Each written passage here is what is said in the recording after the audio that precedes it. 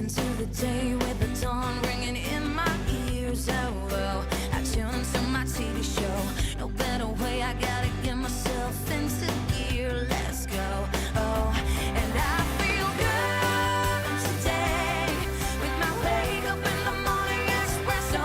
I feel good today. It's my feel good breakfast show. Good morning, Zanzi, and hello and welcome to the biggest and best breakfast show in the land. It is Expresso, where we make sure between the hours of 6 to 9 a.m. Monday to Friday, we're putting a smile on your face and getting you ready for the day that you deserve. Now listen, I can promise you this, on this Tuesday, you've chosen the best place to be in. Why? Well, my friend, no matter the weather, as long as we're together, we're going to be doing exciting things. But then there is a huge celebration upon us. We are celebrating our beautiful Carissa. We call her our Barbie. We call her our diamond. Whatever she might be to you, we already know that she is so precious, and we are celebrating 1 year of her being on Expresso, waking you up and getting you ready for the rest of your day. So yes, it's big, it's huge, but we got so much that we got coming your way, whether it's right here in Johannesburg from the Samsung showroom at Design Quarter, or in the Mother City where my beautiful friends are getting ready for the celebrations. Let's jump on over to there. My gorgeous Graham, how are you this morning as we celebrate Carissa? I'm completely underdressed now that I know there is such an amazing occasion happening. Yes, I'm surrounded by beautiful people, most notably my best mate in the world right now in this space. Carissa is just too cool for words. So yes, please guys, I need a little bit of help getting dressed so I can look the part this morning, and I've got two unbelievable options. I think you guys know the fashion team and I, we've been loving the oversize. Why? Because it's winter, because it's chunky, because it's awesome. We want looks that have impact, that are functional, and of course super warm. So let me take you through what's on the menu today, and to be honest, I'm loving both looks. So let's focus in on option one. We've got a classic cream polo neck. I love the layering with this, especially with the jacket. A beautiful taupe straight leg chinos, perfect and kind of nice and generic, and very, very flexible in winter, but they work with this look. Really love that. Then an overdyed camel grid check shirt, zip faux suede aviator jacket, which is the showstopper for me, and then some retro color block suede sneakers. We've gone for a white and taupe kind of tan vibe there. Really does work. Then we move over to option two. We ramp up the color stakes. I am loving oversize everything at the moment, especially my old school oversized jeans, and we've got some loose fitting jeans there. Absolutely love that. We've got the top golfer, nice relaxed look, and then of course the camel funnel neck Harrington jacket just to ramp it up a little bit, and then our tassel scarf rounds it all off. But I'm sorry, the molded suede mules at the bottom make option two my favorite outfits. I just basically want to wear those shoes today. Now, I really don't mind. Either look is amazing. It'll keep me warm and cozy, and they look cool. So you can let us know on the socials. What are you leading towards today? I'm absolutely confused. I'm going to need your expert advice. You can head over to any of our social media platforms. Hashtag Styled by Woolies is how we know what you're talking about. Thank you so much in advance. Of course, we do actually have a job to do beyond getting dressed in the morning, and the gorgeous Carissa on her special day is looking amazing and ready to give us those news headlines. Oh, Gray. I love boots. I love like loungewear a lot. I love oversized jumpers. With kids, you know, they go around, they play, so I always make sure that, you know, they're durable, they last really long. So sweet. I'm feeling so special this morning. Good morning, Expresso fam, on my 1 year anniversary of serving you as a nation. Let's get into our national news headlines first. President Cyril Ramaphosa has confirmed that U.S. President Donald Trump will attend this year's G20 Leaders Summit in Johannesburg, where South Africa will hand over the G20 presidency to the United States. Now, the announcement follows Ramaphosa's visit to Washington, aimed at easing tensions and deepening economic ties. He emphasized that discussions included exploring expanded trade and investment opportunities between the two countries. Now, Ramaphosa highlighted reforms to attract investors and called for united national action to tackle crime and unemployment to boost South Africa's economic appeal. In other national news, KwaZulu-Natal Premier Thamsanqa Ntuli has urged all HIV response partners to do more with fewer resources following the withdrawal of 1.5 billion rand in funding from the US President's Emergency Plan for AIDS Relief, or PEDFAR. The funding cut has affected over 5,000 jobs and disrupted essential health and social services. Addressing the Provincial Council in AIDS in Mayville, Ntuli praised the SA National Council's role in reducing mother-to-child HIV transmission and emphasized the need for tighter coordination amid budget constraints to safeguard hard-won public health gains. Let's take a look further afield at your international news making headlines, where the African Development Bank is meeting in the Ivory Coast this week to elect a new president amid significant funding pressures during one of the continent's biggest finance gatherings. Now, the U.S. plans to cut its contribution by $555 million, placing strain on the bank and its African Development Fund, which provides affordable financing to low-income nations. With a capital base of $318 billion, the AFDB is Africa's largest development lender, owned by 54 African states and G7 countries, including the US and Japan. Nigeria remains its largest shareholder. Meanwhile, Hamas has reportedly accepted a US-backed ceasefire proposal that could pause its war with Israel. The deal includes a 70-day truce, the release of 10 Israeli hostages in 2 groups, and a partial Israeli withdrawal from Gaza. In return, Israel would release hundreds of Palestinian prisoners. There was no immediate response from the Israeli government, while Hamas demands a permanent ceasefire and a full Israeli withdrawal. Prime Minister Netanyahu has previously insisted the war will continue until Hamas is destroyed. Israeli airstrikes yesterday killed at least 45 people in Gaza. And closing off your first bit of news here, we're in a heart-melting moment of unexpected kindness. A missile thrush was photographed feeding not only her own chicks, but also a fluffy orphaned blackbird who had somehow found its way into her care. The touching scene unfolded in North Shropshire in the UK, where nature photographer Andrew Fusek Peters spotted the little blackbird waiting patiently as the thrush delivered a worm to its beak. Interspecies feeding is known to happen but rarely witnessed and almost never captured so clearly on camera. The blackbird likely lost its mother but found love and food in a stranger's nest. If nature can come along so well, why can't we? Definitely a heartwarming story to close up your 6 o'clock news. Let's delve into those first sporting headlines with Graham.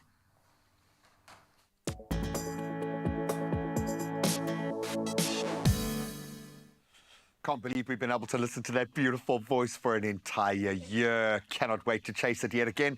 This news rather interesting as we focus on football. First up, Cristiano Ronaldo has now suggested his time at Al Nassr may be over, stating, quote, "A chapter is over." The signs are there. After the Saudi Pro League, of course, season has just ended. The 40-year-old, who joined back in 2022, topped the league with 24 goals, understandably, but saw Al Nassr finish only 3rd and just miss out on that Asian Champions League elite. So his contract expires this summer amid an early June transfer window, and I expect some action. Staying with footballing news, Erik ten Hag has been named Bayer Leverkusen's new manager on a 2-year deal, replacing Xabi Alonso, who departed for Real Madrid. Interesting moves indeed. So the former Man United and Ajax boss returns to the spotlight after a brief hiatus, aiming to build on Leverkusen's historic unbeaten Bundesliga title and German Cup triumph. Ten Hag was previously linked with a return to Ajax, but the deal is done and dusted.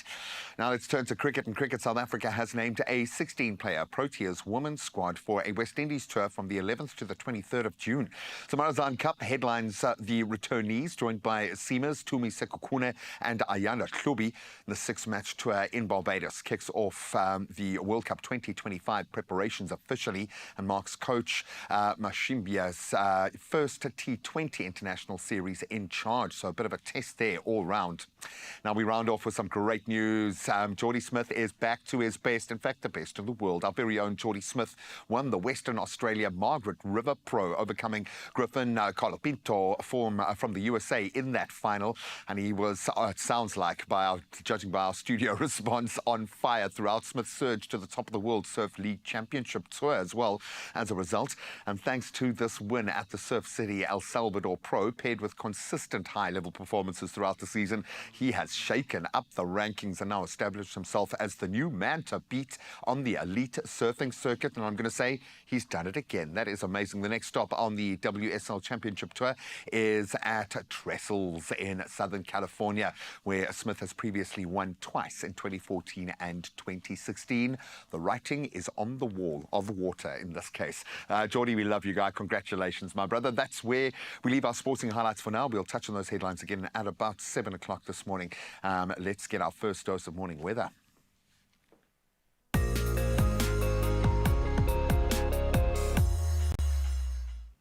Oh, we're only a couple of minutes in and already it's such a beautiful day. Why? We're celebrating Carissa. So happy Carissa Day. And you know what else tells us that it is that? Well, my friend, in terms of the weather, the South African Weather Service has issued no warnings for today. So yay. However, rain is expected in KZN and the Eastern Cape with strong coastal winds along the Northern and Western Cape and fine cool conditions elsewhere. Meanwhile, as South Africa's increasing water stress, Water and Sanitation Minister Phemi Majotena has urged young people to consider careers in water management. Speaking in Sterkspruit, Eastern Cape, she warned the future access to clean water depends on skilled professionals. During the department's outreach, a Water and Sanitation Expo highlighted vital fields such as engineering. So, kids of Mzansi, you know you got something to look forward to when it comes to water and sanitation. However, we're going to be hearing more about that a little bit later on. For now, we need to get into our sunrise view that we have got one of my fellow Eastern Capers bringing to the forefront. Omi, you have done such beautiful things on that phone of yours. I can't believe this.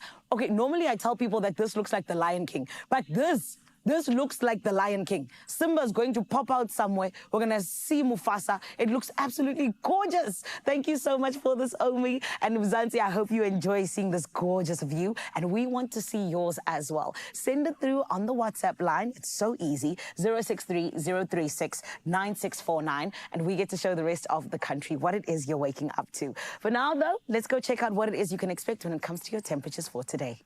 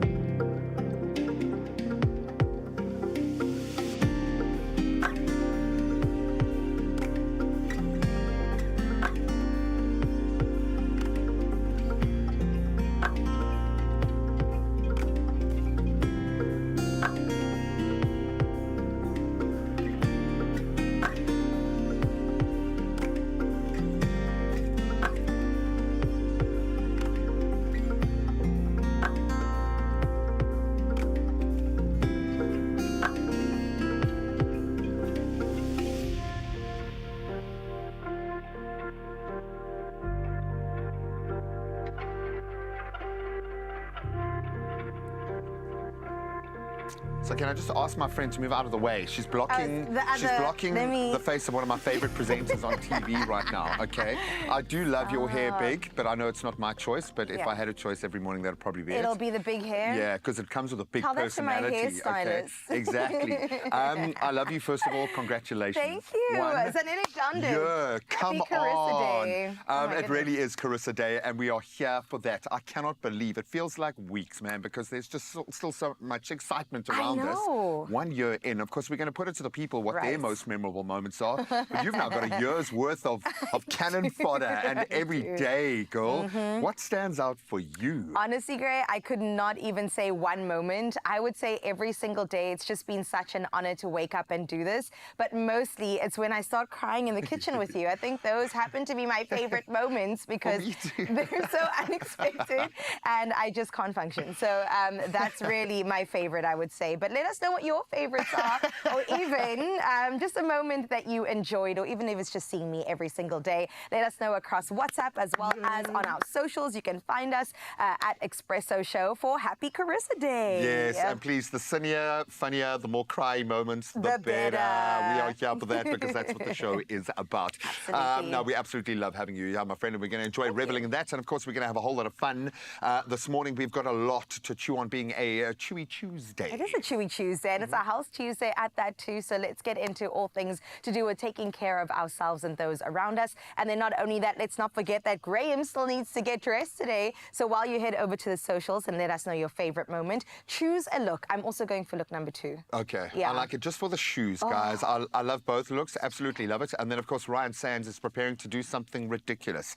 Even for him, possibly, which means a lot. He's going to cover a lot of ground in ridiculous conditions just to prove that humans can do it. He is pushing the boundary, and we'll connect with him after this. Only you can make my day.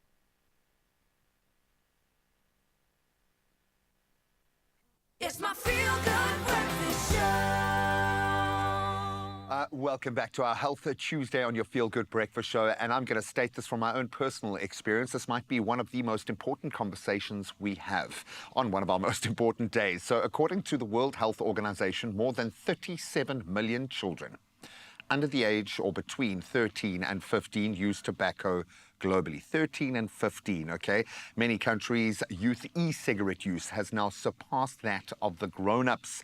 And to that, over 3.4 billion social media views of nicotine product promotions, 3.4 billion, and the urgency of World No Tobacco Day becomes painfully clear. And of course, the stress it puts on our medical system as well. Tobacco use is still one of the leading preventable killers, and in South Africa, its impact on heart health, on strokes, public health remains devastating. So here to unpack the myths and the road forward, we are very privileged to have joining us Professor Pamela Naidoo, in fact, the CEO of the Heart and Stroke Foundation here in South Africa, who is on a mission, understandably, to help South Africans quit for good. Isn't it nice when it's just one choice, one or zero, quit or carry on? And therein lies the key here. So let's jump on board the right side of that equation.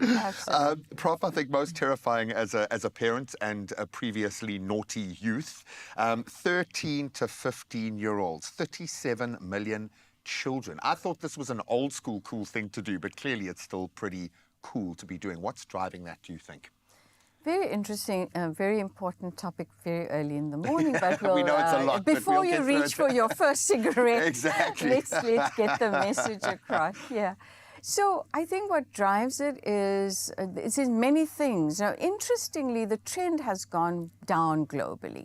I think that's important to know. But in sub-Saharan Africa, that includes South Africa, you see they're targeting youth. So the marketing tactics are working, and so it's making youth feel like they look cool, they're joining their peers, perhaps their parents smoke as well. So a lot of it is very, I would say, covert influences as opposed to kind of in-your-face influences as we traditionally know it, you know, where you hang out with your friends. And it's very complicated. Well, yeah, peer pressure has grown up and become a massive beast called social media. And now we've got algorithms that are literally designed to find at-risk youth that are feeling insecure and hammering them, spamming them with beauty information, with this kind of information when they're at their weakest. So I get that. We fast forward that journey just a little bit, and we see heart disease rearing its head in the most ugly and terrible ways, which obviously puts massive strain on the healthcare system far beyond just the smokers. But maybe you need to highlight that link between cardiovascular health and disease and tobacco, just so it's there in plain sight. Excellent question. So I think that we should not see things in silos. So if you look at tobacco smoking, it increases the risk of alcohol consumption, even among the youth. So if you look at the risk factors for heart disease and strokes and other circulatory problems, alcohol, tobacco, poor eating and all of that, you know, is combined, gives you an increased risk. The problem is you can die about 15 years younger or before than your actual, you know, intended year of death if you continue to smoke tobacco. And that's due to cardiovascular disease. I remember that it might have been even on the day that I officially quit smoking, because it's such a part of our industry, the stop-start, and it's your little reset. It becomes a physical tick. And I always used to just lean into that and just be, it's fine, I'm not smoking 20 a day.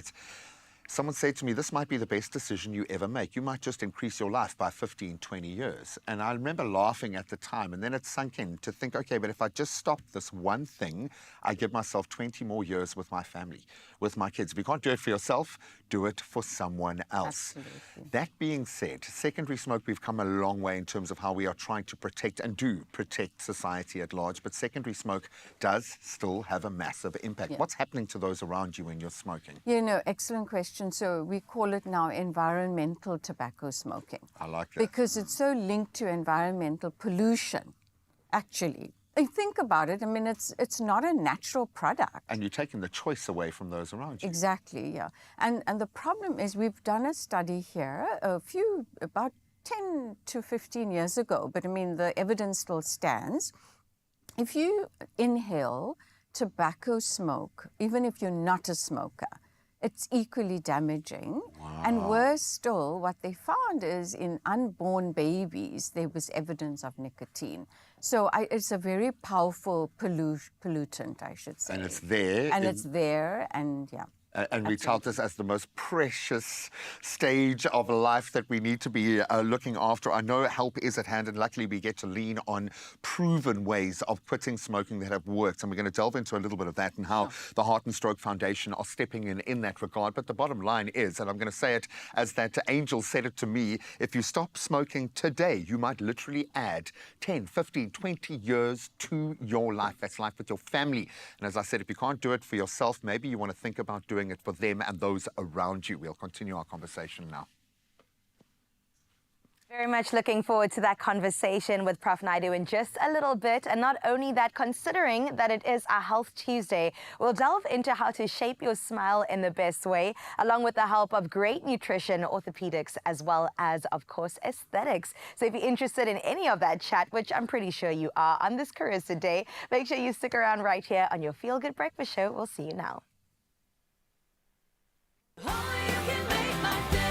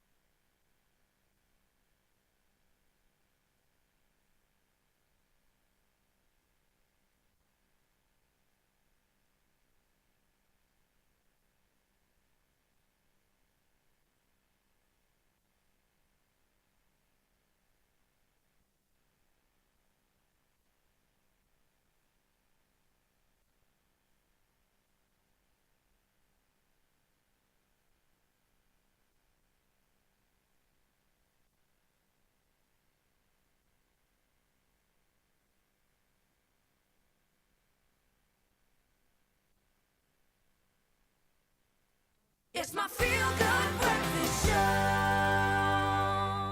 Welcome back to what has continued to be an absolutely engaging conversation, which is always a good sign. We are talking about smoking and quitting with, and a brilliant conversation at that, with Professor Pamela Naidu from the Heart and Stroke Foundation in South Africa, who are on a mission as we count down to World No Tobacco Day, and that's on the 31st of May. Not just a health day, it's a call to action, a gateway, I'm going to call it, because even through, though quitting tobacco is hard, and I can speak from personal experience, the benefits start literally immediately.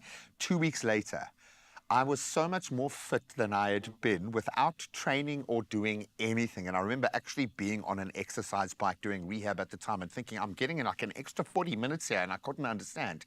Just from quitting smoking, your body immediately thanks you. Before we get into how we can quit, how quickly does the body recover? What starts to happen when you do make the choice to quit smoking? Yes, that's a lovely question too. So it's a mind and body thing. I like that. that. Because they're talking to each other. I mean, basically, physically, what happens is, just think about it, under normal circumstances, you require a good dose of oxygen, right? So oxygenated blood is what keeps you alive and keeps your cells looking young, and you know, the it's baseline of our amazing what existence, oxygen yeah. does.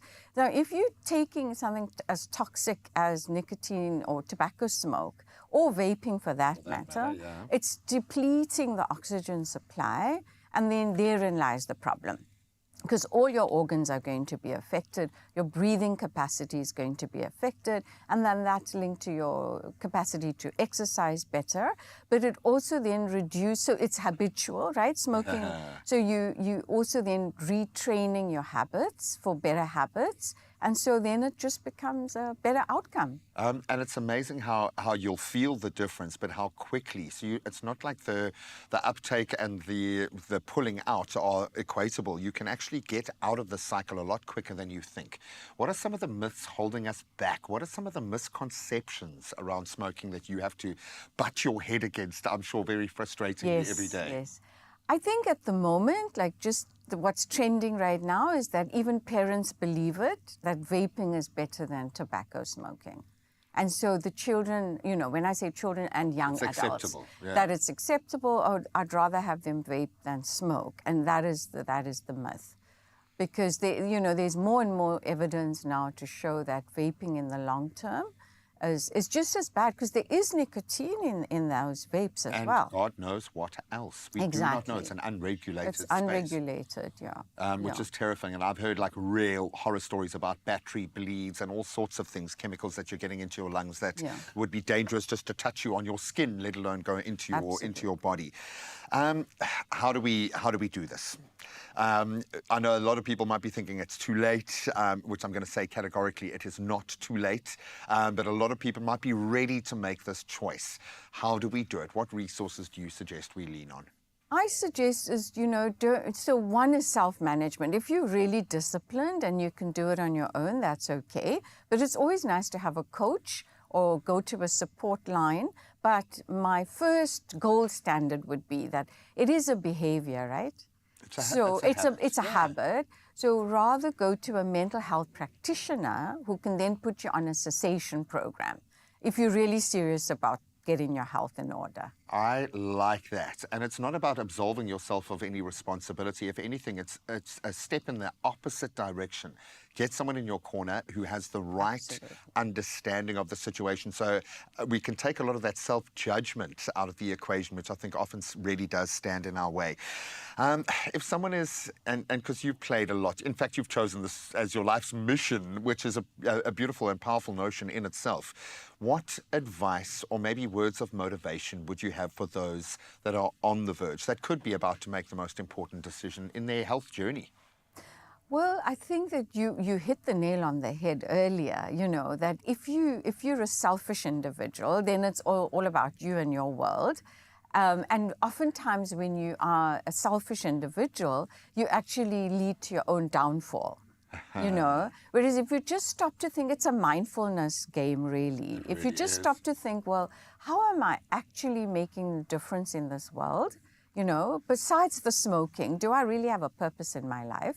And if you find that little purpose, then you realize the people that are important to you. That starts with your family and your colleagues and the people you see on a daily basis. And, that should be a motivator. And it's not really just about your, putting your body right to live 15 years longer.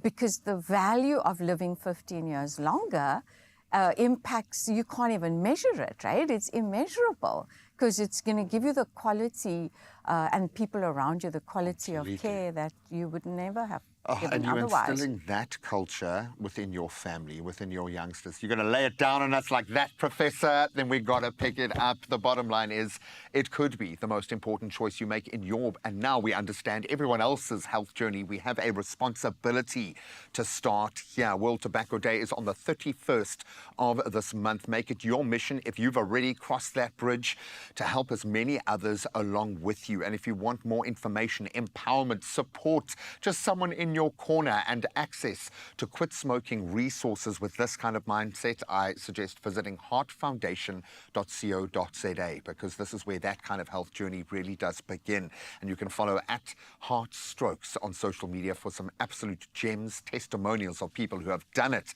and how much their lives had improved. Prof, I love you for doing this every single day, not just one day a year. I love you guys for having us here. Absolute pleasure. You know, it's the best medium to get the message across. Absolutely. Well, today is your day. Go and quit now, today, this second.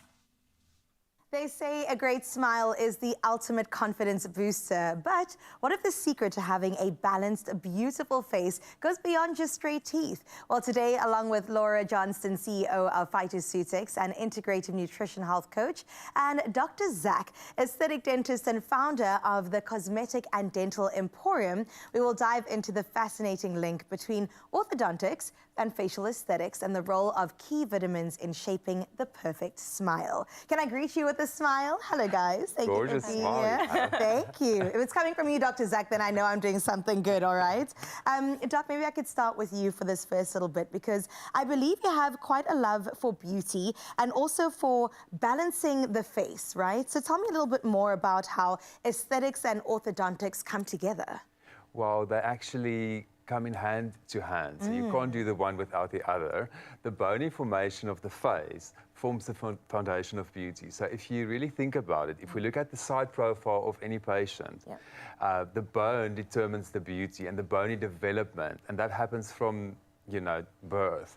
So, for example, if you look at someone's side profile, you want the anterior two front teeth to be in relation to the anterior nasal crest. That tells you that this is a very well-established bony formation. That gives good support to the lips, and that gives you a nice profile in terms of the cheekbones. And when you then go further and you put everything into harmony and into balance, we talk about the golden ratio of facial aesthetics. Then you will see that someone will have a nice projection, the lips, the chin, and also someone that often looks like they've got a very big nose. It's often as a result of an underdeveloped upper jaw. And the development of the jaws are all based on the way that we are being exposed to nurture.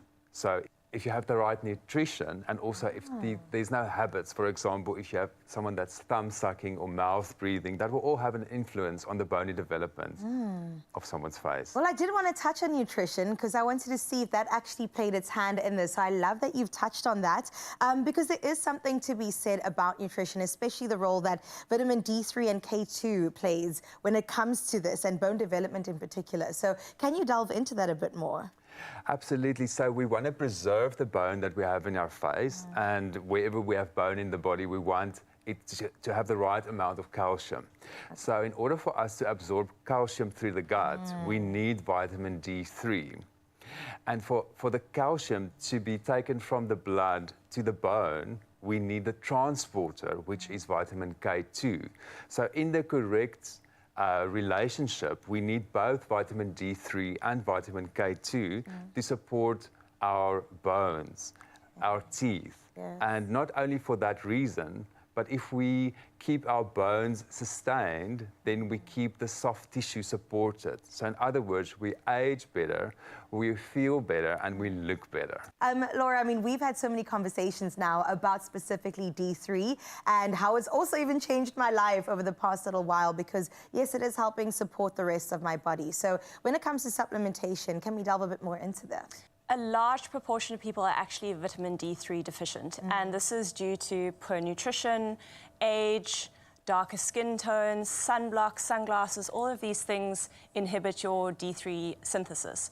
So, you know, a good quality D3 supplement can certainly assist with this.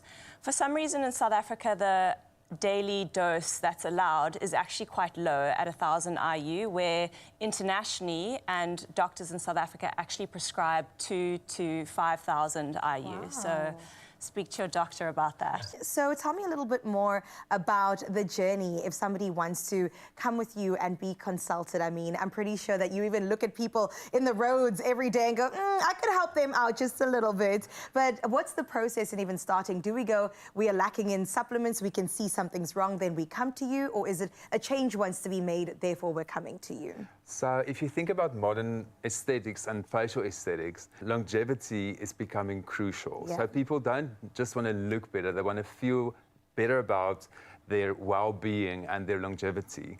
So when you do come to the practice and you come and visit, we obviously will do a consultation, we'll do x-rays.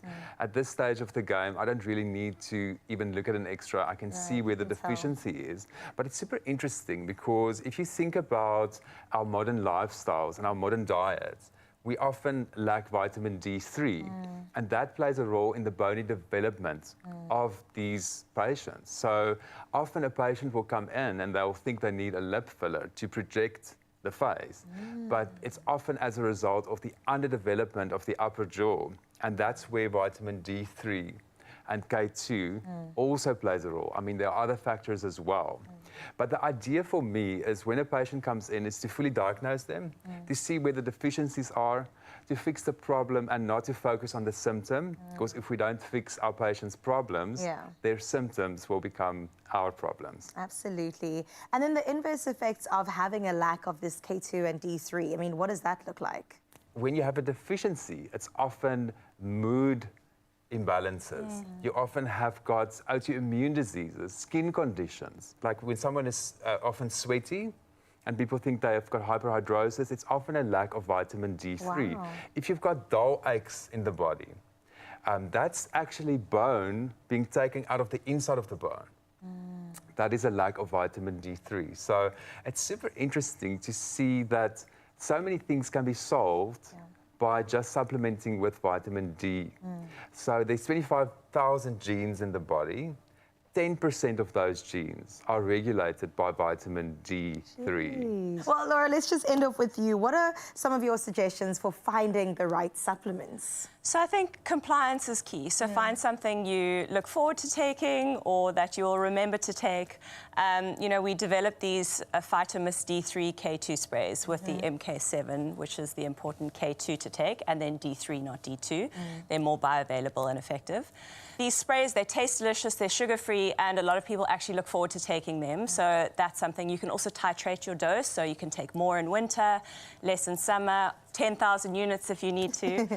And then just be consistent. So, you know, it's important to make sure that you have high enough amounts in your I guess, your tissues to enable all of these health benefits. I absolutely love it. Thank you guys so much for all the wonderful information.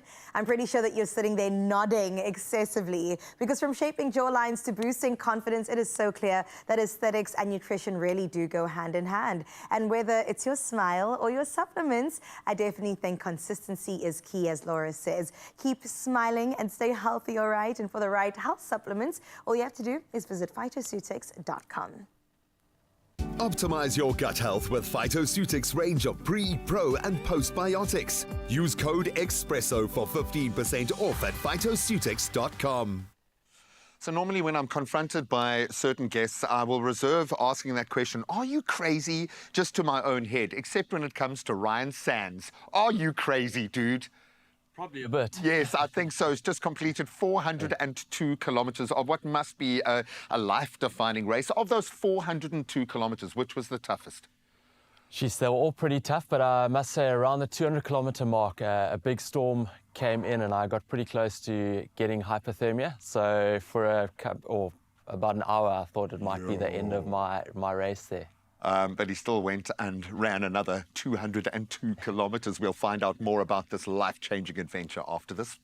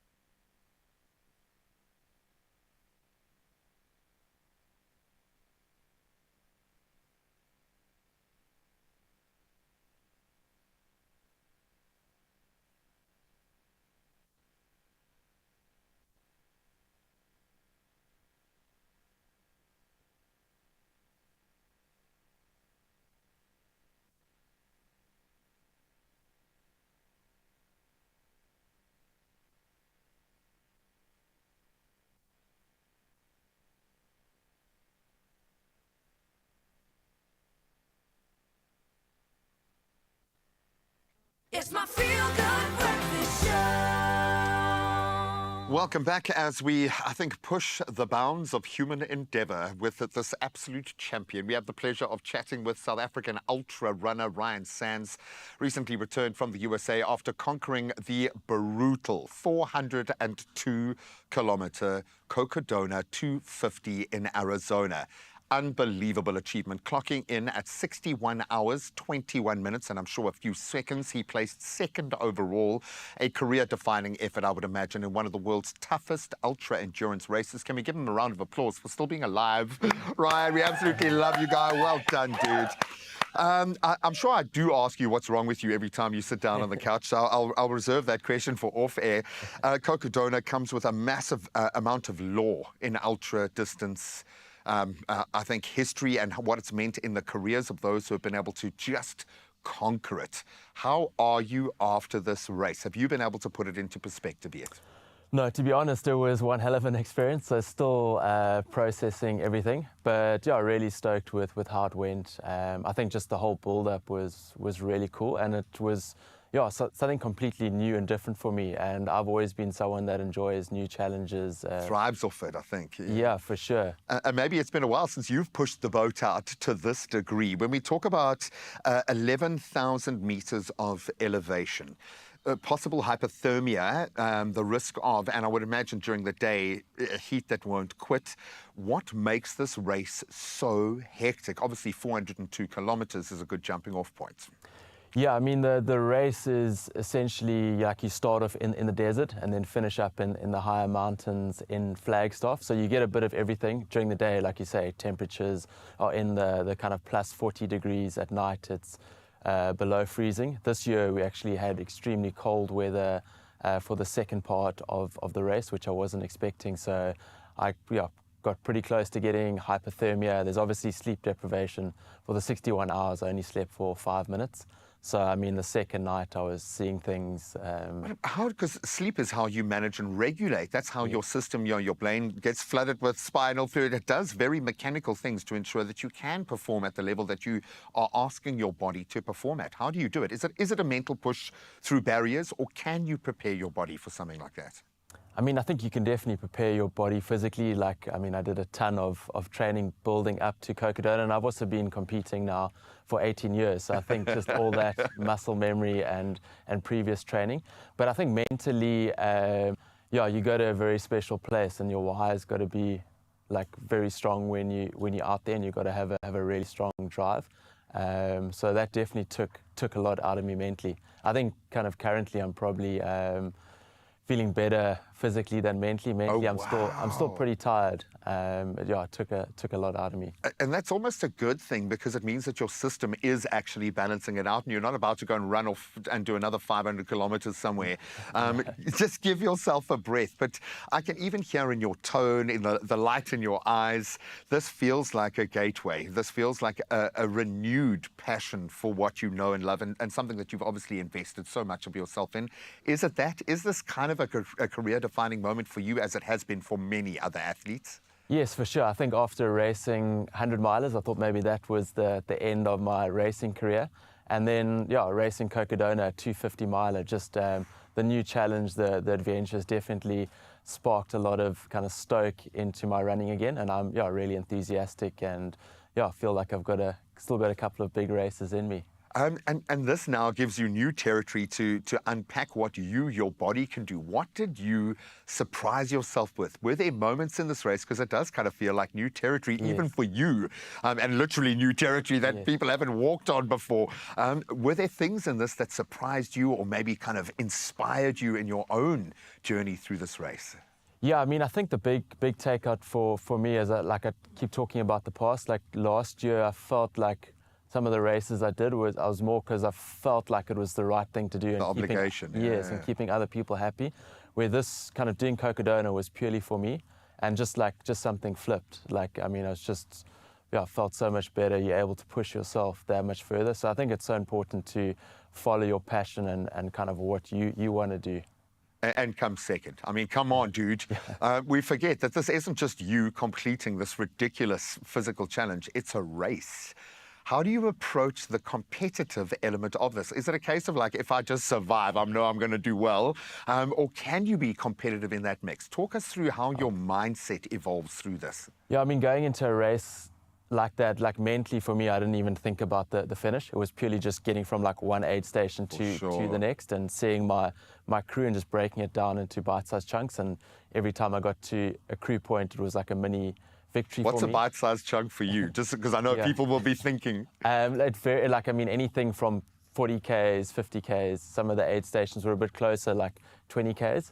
So it was, just really breaking it down into bite-sized chunks. But also, I think it was just so important to mentally stay positive out there and really like just reframe things. I think it's very easy to go, oh, flip, it's like 400 Ks, super overwhelming, like it's going to be really tough. But if you kind of see it as cool, it's going to be tough, but it's an adventure. I'm excited about it.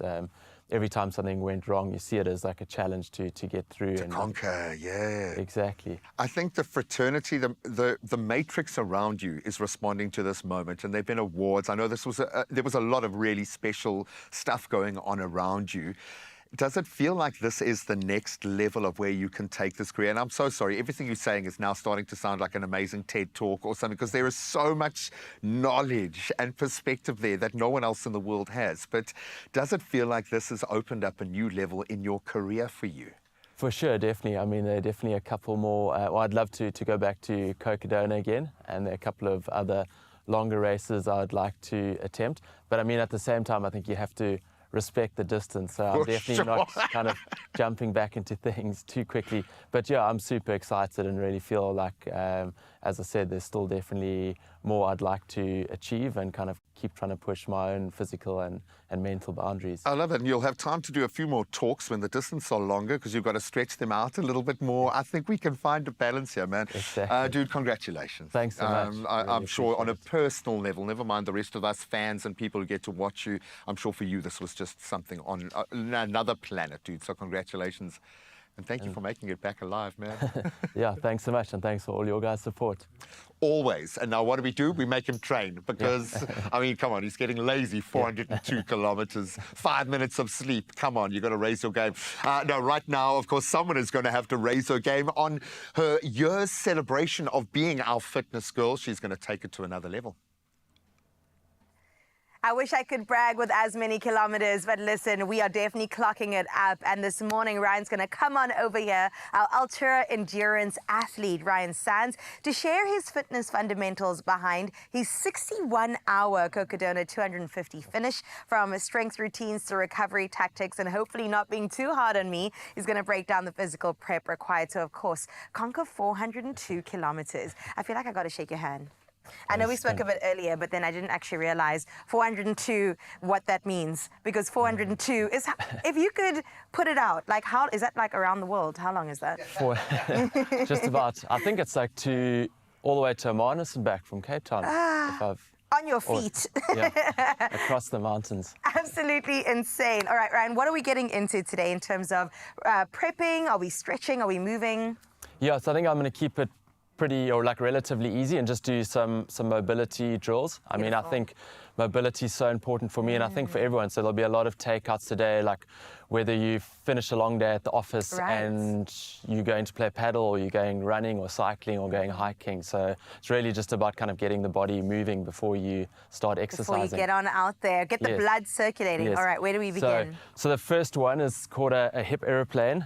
You can stand next to the mat and you almost make like an aeroplane with your arms out. You stand on one leg and then you open this right hip and you can do like 8 to 10. So you really like... Oh, I've never done this before.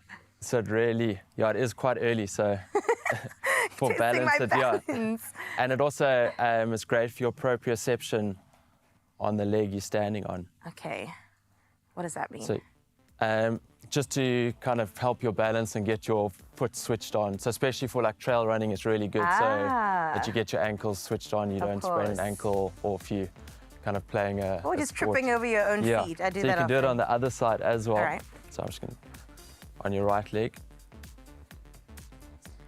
Oh. So really kind of just opening the hip out. Oh, just the hip. Okay. So you can... I feel the difference. Yeah, and then you can also feel which leg is like stronger and weaker and your balance. Definitely. Okay, the next one, just drop down to knee, and then you can like really, your back hip, you can kind of open up the hip and try like be quite tall. So almost imagine like your head kind of being pulled up to the sky, and then you like push forward and you open up, and your eyes can follow your hand behind you, and then you go the other side. So it's also really good to open up your chest and good movement through your spine. Ooh. Also feels very regal being down on one knee. Yeah. Ooh. And then you should also feel like your glute activating quite a bit. I do. I don't know what is going on, but something's on fire right now. And then you can alternate. So again, you can do like 8 to 10 reps on each side, yeah. So would you do this in prep every single day, or how often would you just stop Yeah, and so stretch? this is like a basic routine I often do like before most of my runs. So I just do like 5, 10 minutes just Of a to bit of keep, stretching. yeah, and also just good for like general movement and preventing any injuries. Yeah, 100%. Cool, so next one also again with your ankles. I do this a lot for trail running just to kind of keep my feet moving while you go like on all fours, like that, and then you lift your one leg up so it also work your core a bit. Who And left then, say one leg? Me? and then you rock over your big toe, so it's almost like, Ooh. and then like, yeah, if you can, so you can again like 8 to 10 on each side. Ooh. It's also good for This is just taking a activating plank the to core. the next level. I'm doing the other side now. To wrap this up, 1, 2, 5. Cool. That's crazy. It's the fact that you did that and then ran 402 or 20? 402 kilometers. My goodness, I think the most I've clocked is 10 in one go. Congratulations, very proud of you. Thanks And very please much. come back again. We would love to have you and maybe get a longer session of stretching. But I hope you joined us, Expresso fam. That was fantastic. If not, follow Ryan across his socials to make sure that you too could train like a champion.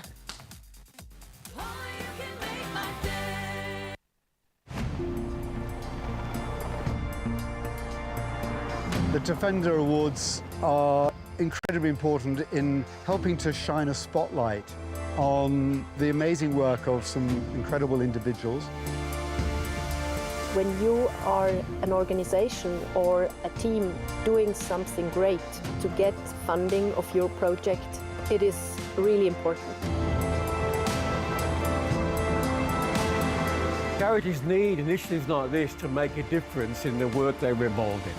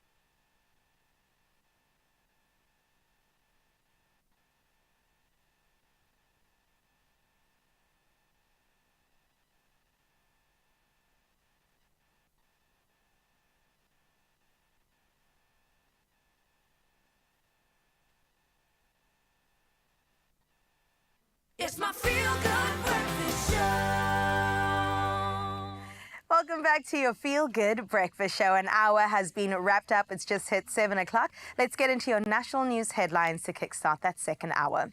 Well, the Cape Crime Crisis Coalition, known as C4, has urgently appealed to President Cyril Ramaphosa to launch a national commission of inquiry into gang violence, calling it a national crisis. Now, crime expert Llewellyn McMaster says 208 of 240 gang-related murders between January and March occurred in the Western Cape. Now, despite repeated promises of action, communities say violence is worsening. C4 believes only a formal inquiry can provide answers and solutions to protect communities that live in fear and feel abandoned by government. In other national news, President Cyril Ramaphosa has confirmed that U.S. President Donald Trump will attend this year's G20 Leaders Summit in Johannesburg, where South Africa will hand over the G20 presidency to the United States.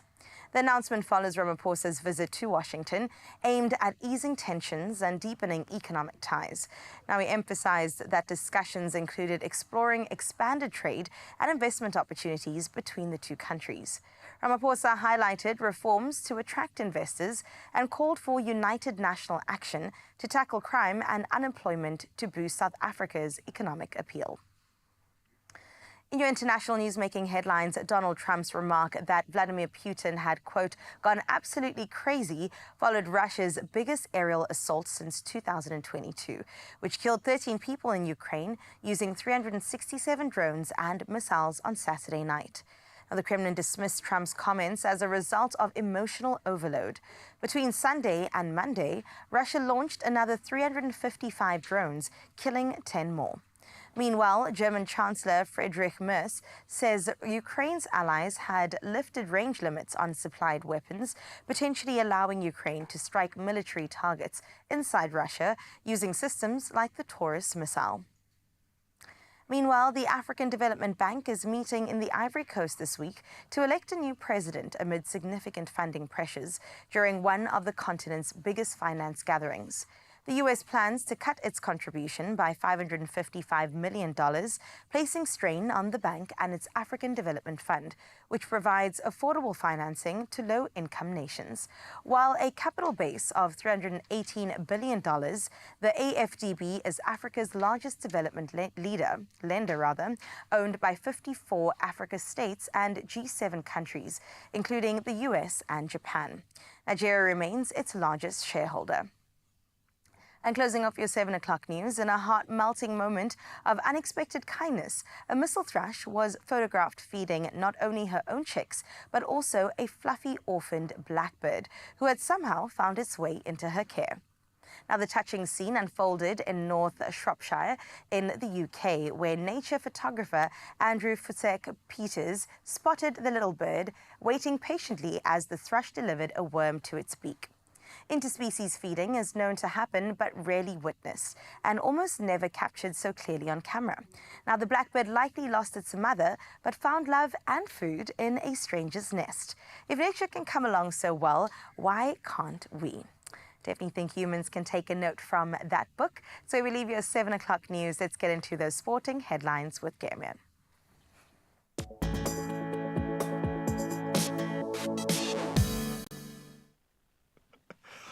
Yes, it is true. I am here to do the sport. Let's get in with some big sporting news on the footballing front with a name that we don't hear that much at the moment. Cristiano Ronaldo is back in the front pages. He has suggested his time at Al Nassr might be over, stating, quote, a chapter is over. And that was after the Saudi Pro League season ended.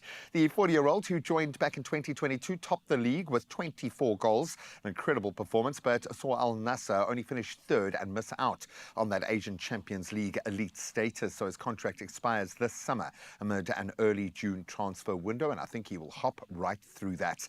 Now, let's stay with footballing news. Another interesting story. Erik ten Hag has surfaced again, and he has been named Bayer Leverkusen's new manager. That's on a 2-year deal, replacing Xabi Alonso, who, of course, has departed for Real Madrid. So the former Man U boss and Ajax boss has returned to the spotlight after a brief hiatus, aiming to build on Leverkusen's historic unbeaten Bundesliga title and German Cup triumph. And Ten Hag was previously linked with a return to Ajax, but it looks like pen has hit the paper in Germany. Now let's turn on to cricket, and hopefully the ladies are switching on. Cricket South Africa has named a brilliant 16-player Proteas women's squad for a West Indies tour from the 11th to the 23rd of June. The timing is good. So Marazan Cup is back. She headlines the returnees, joined by Seema's Tumi Sekokune and Ayanda Klubi. The six-match tour in Barbados kicks off, of course, their World Cup 2025 preparations, and marks coach Mashimbye's first T20 international series in charge. What a way to open your tenure in the Caribbean. Cannot wait. Now, our very own Geordie Smith has done it again. He has just won the Western, and I mean literally just won the Western Australia Margaret River Pro, overcoming Griffin Colapinto from the USA in a thrilling final. So Smith surged to the top of the World Surf League Championship Tour as a result as well, thanks to his win at the Surf City El Salvador Pro, paired with some consistent high-level performances. He has now shaken up the rankings and established himself certainly as the man to beat on the surfing circuit. Now, that next up on the WSL Championship, a very happy hunting ground. It's the Trestles in Southern California, where, of course, Smith has previously won twice in 2014 and in 2016. Congratulations, young man, and I'm going to keep saying that, at his best. That's where we leave our sport for now. We'll circle back to those headlines at around 8 o'clock, but let's see if the roads have woken up.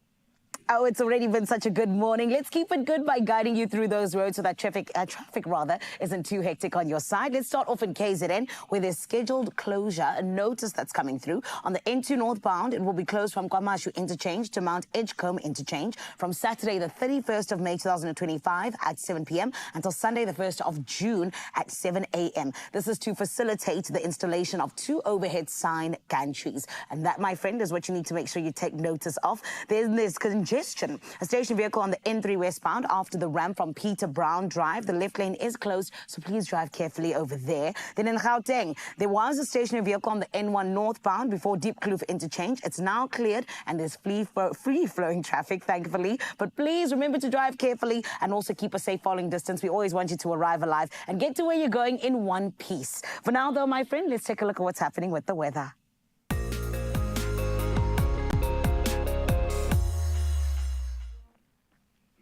In terms of what the South African Weather Service has to say today, they've got no warnings, so thankfully things are looking good. However, you can take note of the fact that rain is expected in KZN and the Eastern Cape, with strong coastal winds along the Northern and Western Cape.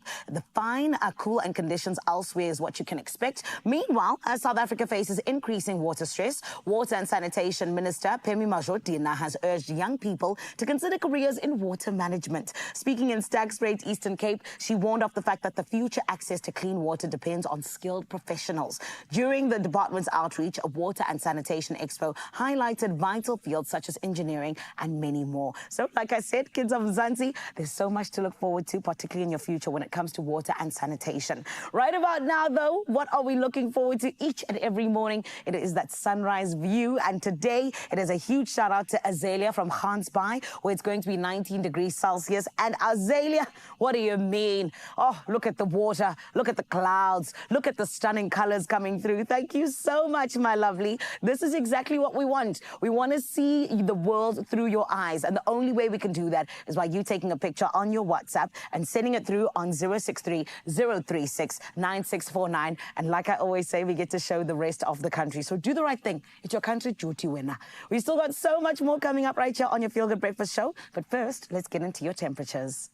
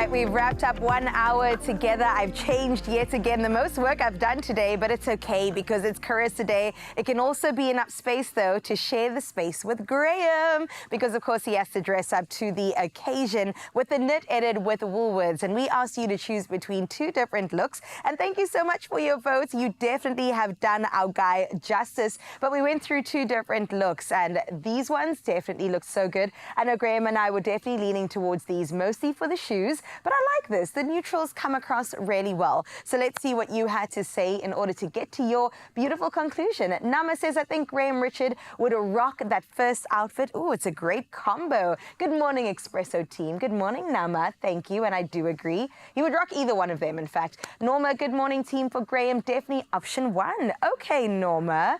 We've got 2 votes for option 1 so far. Let's see what else we have.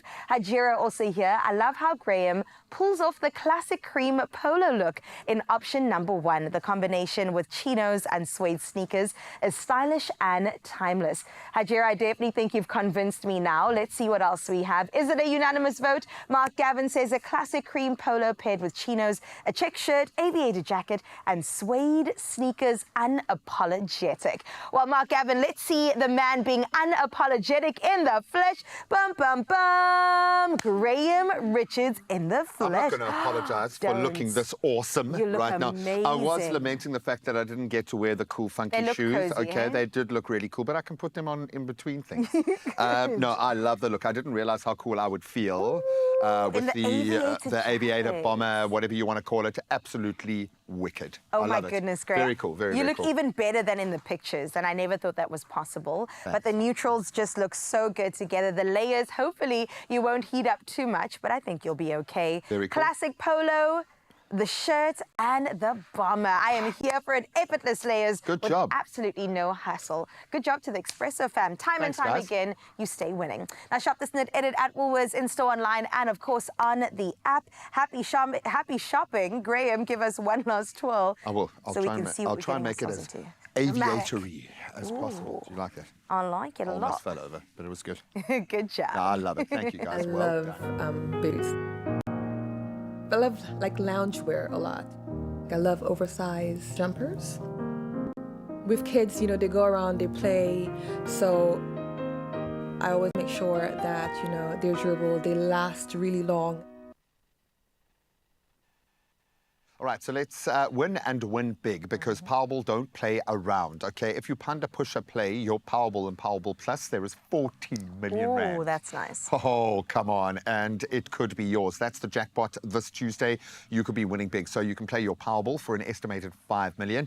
And then Powerball Plus weighing in with a further 9 million rand today. Oh my goodness, only today. So please buy your tickets. You could do so now in store on nationallottery.co.za. There is the mobile app, cell phone banking, or you could simply just dial *120* and then 7529#, and that's for USSD. And we will keep reminding you on all of our social media platforms of exactly those details, so you can go and check them out. That's Powerball and Powerball Plus, sitting at 14 million rand in total estimated jackpots today. Come on, get yourself in the running at least, and we can share it between us. Can we? That would be lovely. We can just pass it Oh, around. the Good luck. jacket's making you so generous. I like it. I think it should stay. I love it. No, you guys should stay. We've still got a bumper hour on the way, or in fact 2 hours to savor with you. We really want you guys to stick around. Absolutely. And Josie is still in the building as well. We can't wait to have the next 2 hours with you, me, Gray, and Zanele. So we'll see you now. Only you can make my day.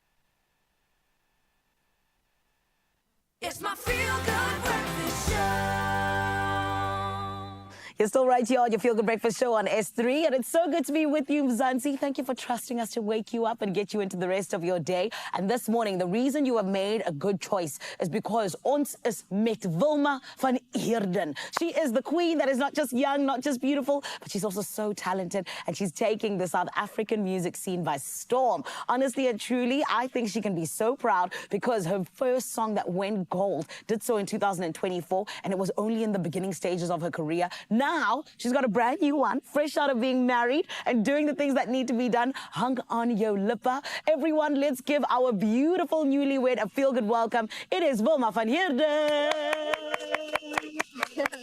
Wilma, how are you, my gorgeous? I'm good, and you? Amazing, thank you. You look stunning. Thank I love you. this vibe. Thank I you. love everything that's happening. Wilma, you. congratulations. Thank you. Before we get to you and the wedding and everything else in between you and the love of your life, forgive me, I want us to jump into the music, right? Yes. You had this bathroom TikTok series that just blew up and did the things. Talk to us, when did the music bug actually bite, and how did that TikTok series even start? You know, it started. I was 5 years old when it bit me. Yeah. So I listened to 2 songs. My sister she was crazy about music. So she showed me just 2 songs, Miley Cyrus. Yes. You know, See You Again, that old music. Yes. And I listened and I was like, I want to do this. And that dream never faded away. So 22, and it's still here. The TikTok started about 2 years before Say Soon. That was 2022. Yes. Yeah. So I was really shy, so I didn't post videos, and I started to think, if this is what I want to do, I have to stop being shy. Yes. Just play guitar, post my music on TikTok. And I was scared of criticism, so that's the reason I stopped. So Select actually saw me 2 years after posting videos. Really? So it took a while for them to see me, and then they decided, okay, we want to sign her. So that's how everything fell into place. That's crazy. And that's such a beautiful story. I mean, it just speaks to the fact that you should just always start with what you have. Yeah. Like a guitar in the bathroom, that's all you need. Yeah. You know what I mean? Yeah. But that's really so incredible, Wilma, because, you know, reaching gold status when you're just starting out, that's iconic, okay? You're so young and doing something so amazing. But talk to me about that. You know, how did it feel? And what are some of the challenges that it even came with, especially because, you know, you're only in the beginning of your career? You know, it was challenging because I was shy, still Yes. scared, but I didn't think it would, because nobody knew I was.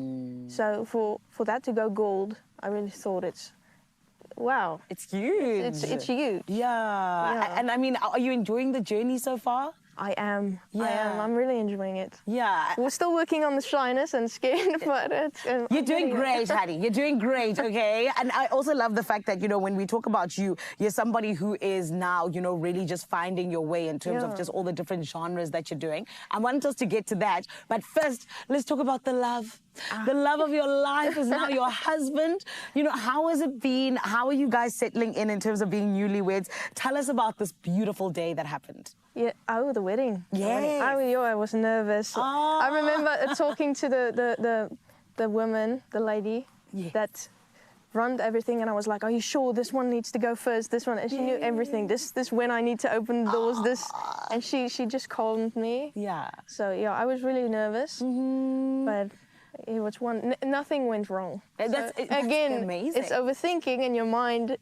In your mind, it's worse than it actually is. Yes. And it was your fairy tale wedding? It was. I love that. I'm so happy for you, Hannah Montana. That's beautiful. But you know what? I also know that, like, when we talk about you and your music, Hung on Your Lipper right now is the one that you're focused on because it's your brand new one. And girl, it means hanging on your lips, okay? Is this, you know, obviously something that is about your husband, but talk to us about how this song came about.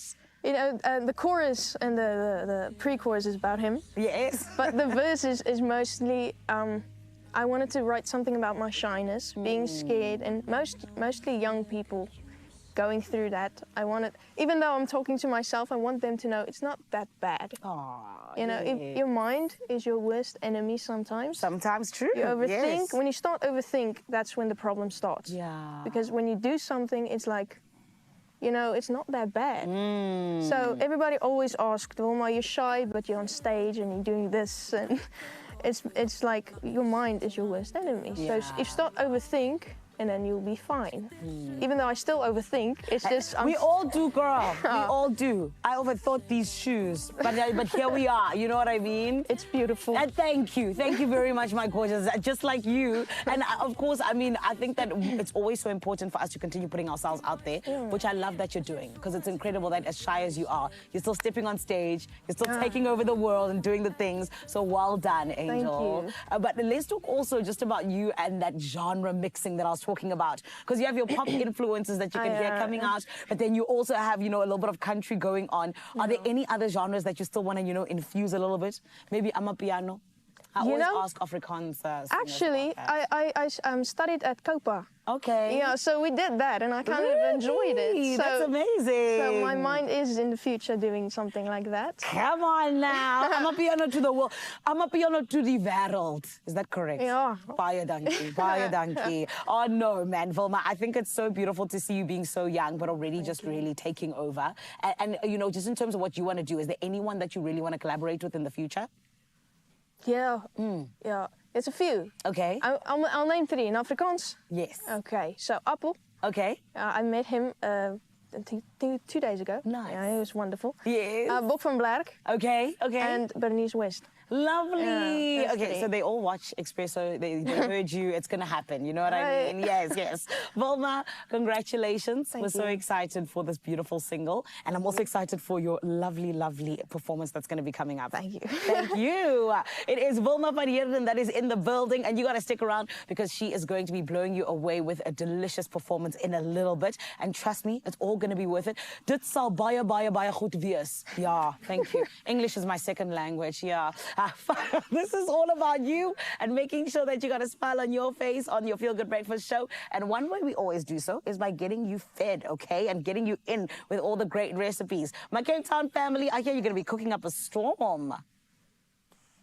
Oh, man, so many jumping off points. Yes, we love our culture. We love our Afrikaans culture. Cannot wait to see this young lady express that in the most amazing way. And yes, we love our continent. We love the fact that Africa Month is giving us a chance to celebrate the richness of our local heritage. And by richness, I mean food, okay? Not just the culture. On a plate, we get to live that experience. And today's dish is inspired by winter traditions that warm the heart, made even creamier with Ellis Brown and fresh pack rooibos tea, because when you cook with Ellis Brown, you're not just adding flavor, you're adding so much more to every meal, every memory, and every moment around the table.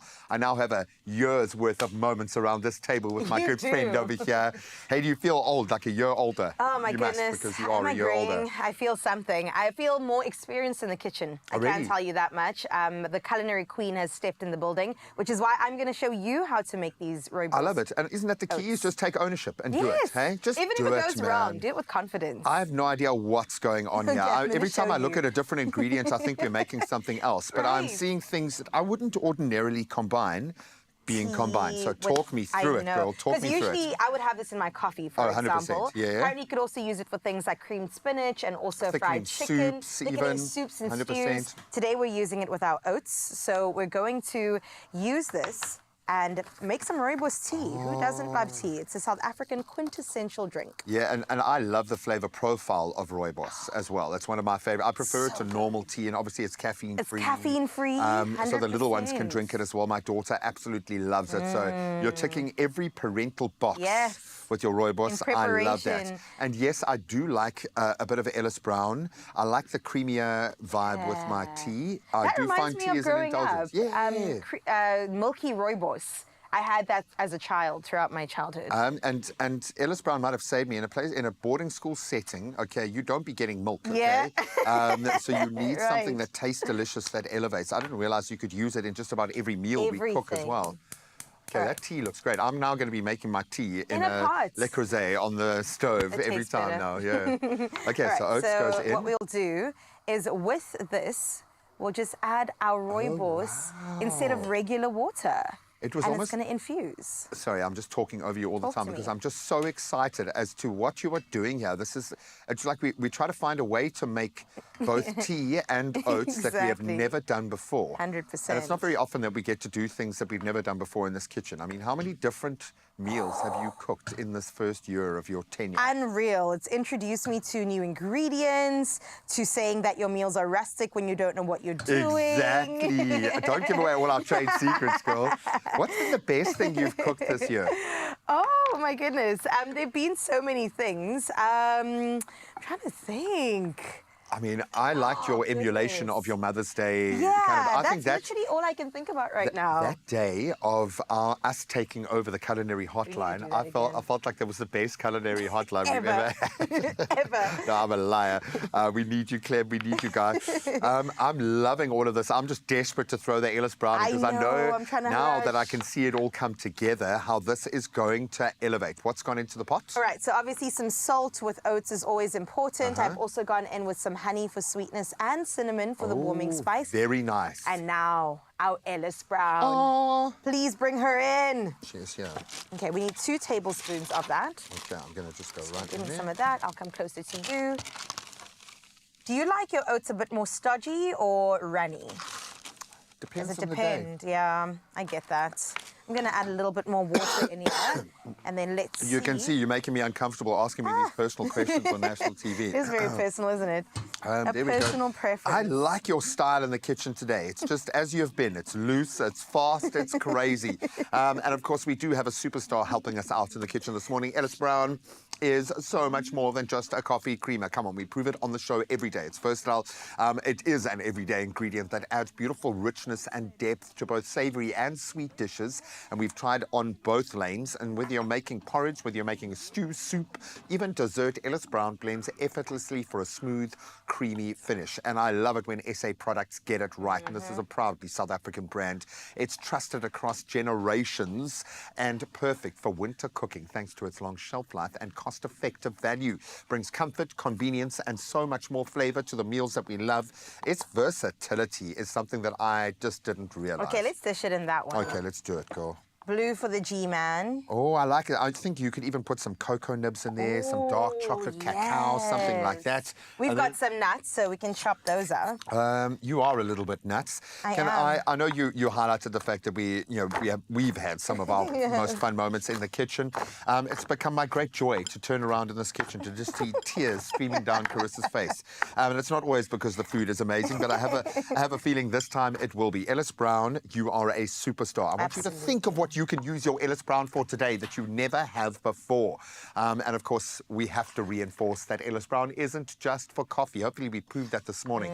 Brings so much more to your cooking, to your traditions, to your everyday favorites, from those nostalgic recipes to new creations, from reimagining an old favorite like this. Ellis Brown, it is how we make the ordinary extraordinary. I like that. Because you are extraordinary. You're extraordinary. No, you are extraordinary. You're extraordinary. Look at that. It looks absolutely fantastic. All the ingredients coming together beautifully. Rooibos infused oats. And it's so comforting. And I've been feeling quite bad for the last few days, a little bit under the weather. It's making me feel better just standing close to it. But if you are feeling the nasties weighing in, yep, winter is here, flu season is here, we got your back. Don't worry. Can't wait to get into that conversation on this Health Tuesday as we delve into this. And then also, as you've met her and seen the gorgeous face, Vilma is standing by with a gorgeous song for cannot us. wait. Can't wait for that. Vilma Van Heerden coming your way very soon. I think you deserve a spoonful of this. I do.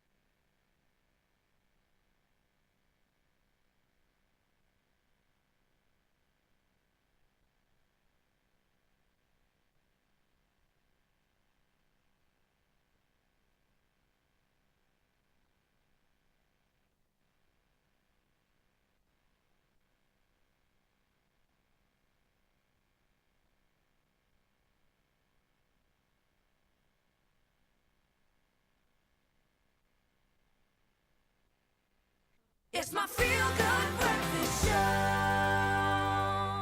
Welcome back to your Feel Good Breakfast Show on this Carissa Day. No, I'm joking. It's not about me. It's all about the I Grew It show with ABSA, where hustle meets hard. So beautiful. It's a series that celebrates South Africa's boldest entrepreneurs and shines a light on real stories of resilience as well as reinvention and rising above the odds. Because when one does grow, we all grow. Oh, man. And we have seen those that feature in this amazing series prove that in the most fundamental way. This week, they are spotlighting two local design game changers. Ellen Marikwadi, the founder of Iledi Home. If you haven't heard the name, do some research. Bespoke decor pieces blending African elegance with modern flair. Perfect timing, as well as Joey Kovutlu, founder of Daily, the lifestyle brand that turns everyday essentials into statements of self-expression. Yep, if you're struggling to wrap your head around some very modern-sounding ideas and business notions, take a look at this. Dumelang Sanbonani, hello and welcome to the I Grew It show with ABSA. Today's guests are living proof that with a dash of creativity and commitment to quality, you can turn any idea into a brand that resonates with people on a deeper level. Let's meet our guest. Hi, my name is Joey. I am the founder of Daily. Daily is a furniture and homeware manufacturing and design business. I established Daily to offer people from my culture quality furniture yet accessible. Hi, Ellen Marikwadi here. I'm the founder of Iledi Home, a fast-growing, handcrafted gift, home decor and DIY business known for its unique, high-quality designs. Ellen, you started from unemployment and went into home decor. What inspired all of that? I got tired of waking up and looking for hope and, you know, open your emails and then have to start all over again. So with the business, I decided, you know what, let me do something that will bring back my creativity as well, engage my mind, and just continuously have personal growth through every stage. So, Joey? Moving into the furniture design space for me was really just tapping into what I believe I was born to do. I'm a creative person, I'm a designer, I love doing it, and essentially this sphere of design just gave me that opportunity to tap into that again. Each and every entrepreneur has got that one I grew it moment. What was your first I grew it moment? Being featured in Visi magazine. Visi within the context of, you know, furniture. I'm on the cover of the magazine, and then they've done a 5-page spread, and it was truly incredible. for me, it was being sought out when they're like, hey, we actually want you. Can you do this for us? Can you come do this for us? We want your services. We want your product. And yeah. Every great success starts with a single step. Whether you're starting your journey or leveling up, all you need to do is keep learning, keep growing. And when you look back, you'll proudly say, I grew it.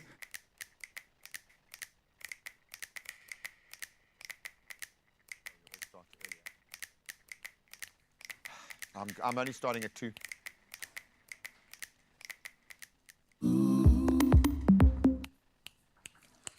So you might have heard us say, I always start my clicks way too early and then I don't have the stamina to keep it. But these two artists, I'm going to call them, and entrepreneurs, deserve all the clicks in the world. Absolutely amazing.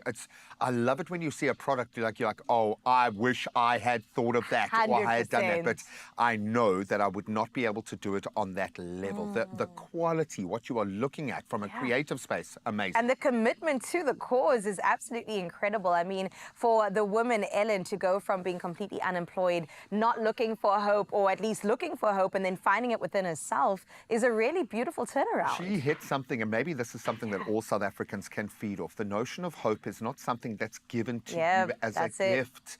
It is something that is fostered at great pains, that it is grown, it is built, and it is watered within you. You've got to do it. And then you turn it into action. And then you get to say, I grew it. Just like that. Mind-blowing. They must be just when they look at the fruits of their labors and they look back at where they started to what they have created now, and the stuff is beautiful. I mean, the daily Stunning. stuff. Those chairs? Oh, my word. The side tables? Sold out today, hopefully. Immediately. Absolutely everything is sold out. Joey on another level. And I like the fact that furniture obviously is hyper-functional as well, but it becomes one of those long-term investment pieces in a space. So if you create a product that can be plug and play for every new development that's opening, every young professional that's moving into Midrand, I love the fact that you've got that plug-in. Yeah, and affordable, accessible, but next level. I'm impressed, man. Add a candle to that, and we definitely have a good time. So congrats to everybody involved. And yes, they did grow it with the help of ABSA, as we know, caring about every single story that, of course, matters. Oh, man, so please plug in. Don't miss the powerful stories that are shaping our future, literally. Catch the I Grew It show on ABSA South Africa's YouTube channel. Find out more. Go and subscribe. Be inspired and see how our homegrown dreams can grow into greatness. And who knows, you might be looking back saying, hey, I grew it.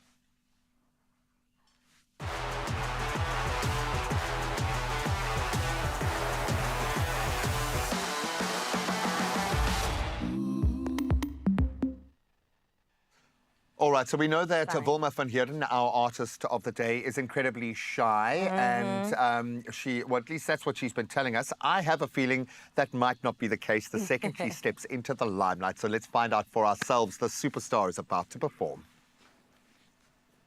Standing by. Right about now, it is time to get into that beautiful performance that we absolutely promised you. And we like to keep our promises, Ketina. It is none other than Wilma van Heerden with her new song, Hang on Your Lipper. Everybody, let's give it up.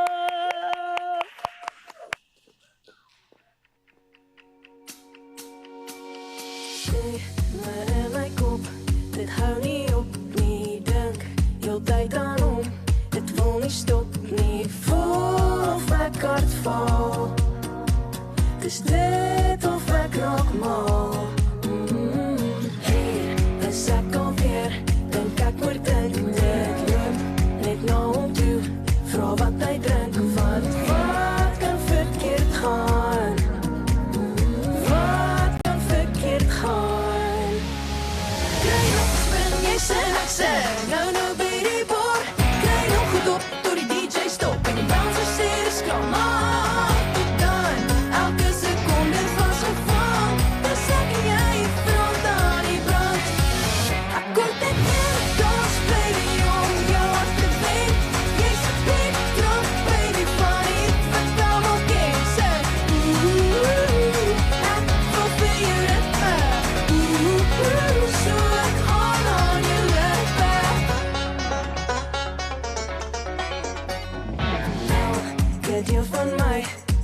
like 'n stuk candy hier op sy nek, so verfrissend. Hoe sy heupe swaai, as 'n dansvloer om ons draai.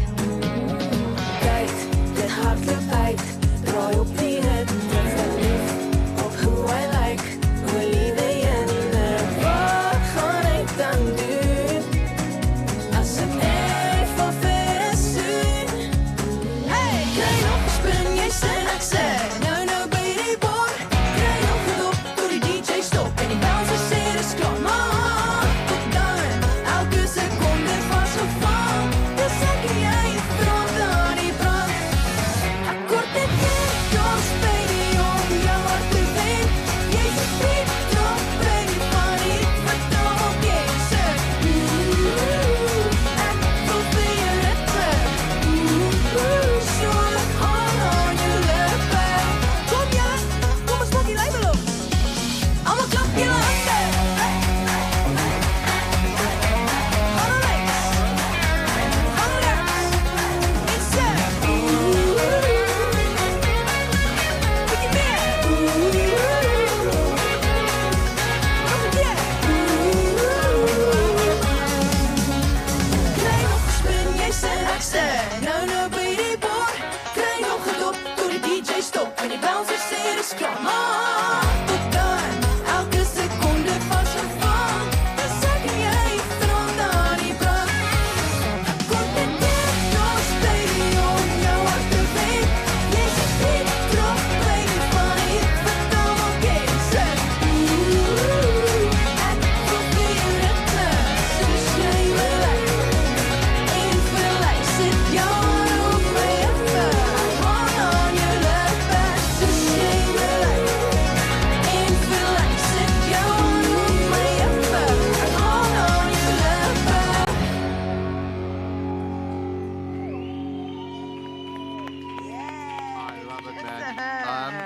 doing our best to not have FOMO right now. We love a little party up north. We love that for our SA Style Award winner, Zanele, as well, who's looking absolutely gorgeous. But we are going to have more fun. Do you know why? Tell me. Because dunking it is a real thing. In I fact, think there is so. a whole festival recommended and dedicated to dunking. But we are losing our minds here because, I'm sorry, South Africa, we took every biscuit in the country and put it on our table, and now we're trying to decide what to dunk. Like everything, biscotti, digestive, Get out. shortbread, No. every single one of them. Do you want one? I really do. And then, of course, we're going to bring in the doctor. Not for this. Dr. Layla is back to help us push back. We know the winter blues are here, and they really do. I've been experiencing man flu for the last few days. Okay, it's hectic. But So dramatic. We'll get you through it. We'll get you through it. We'll see you after that. You deserve one for your man thank flu you. recovery. It's the bougie. It's the- Cheers. Ooh, Dunk it, shortbread. dunk it, dunk it.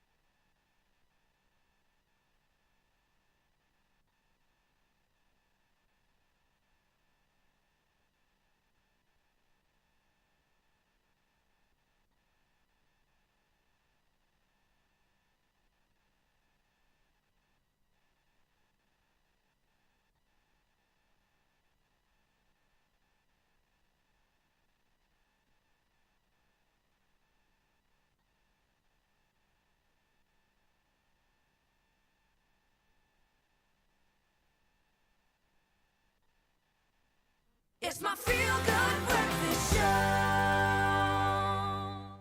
As the temperature drops, it's easy to catch a cold or flu, especially if you've got little ones going into the petri dish and coming home.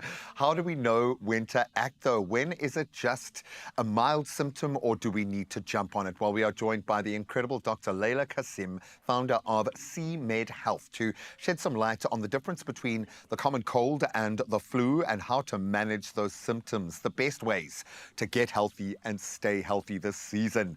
I'm guessing our days are numbered with you being able to just pop in the morning. Can I ask, please, a very obvious question? How are you doing? Very well, thank you. Thank you for having me. Thank you for touching your belly when I say that, because it's a very difficult conversation to broach, but we are loving the fact that you are here. And yes, you are glowing and filled with love and life, a lot of life. So please give us some of that energy. I'm sure you must walk this line throughout winter in the most fundamental way, the difference between colds and flu.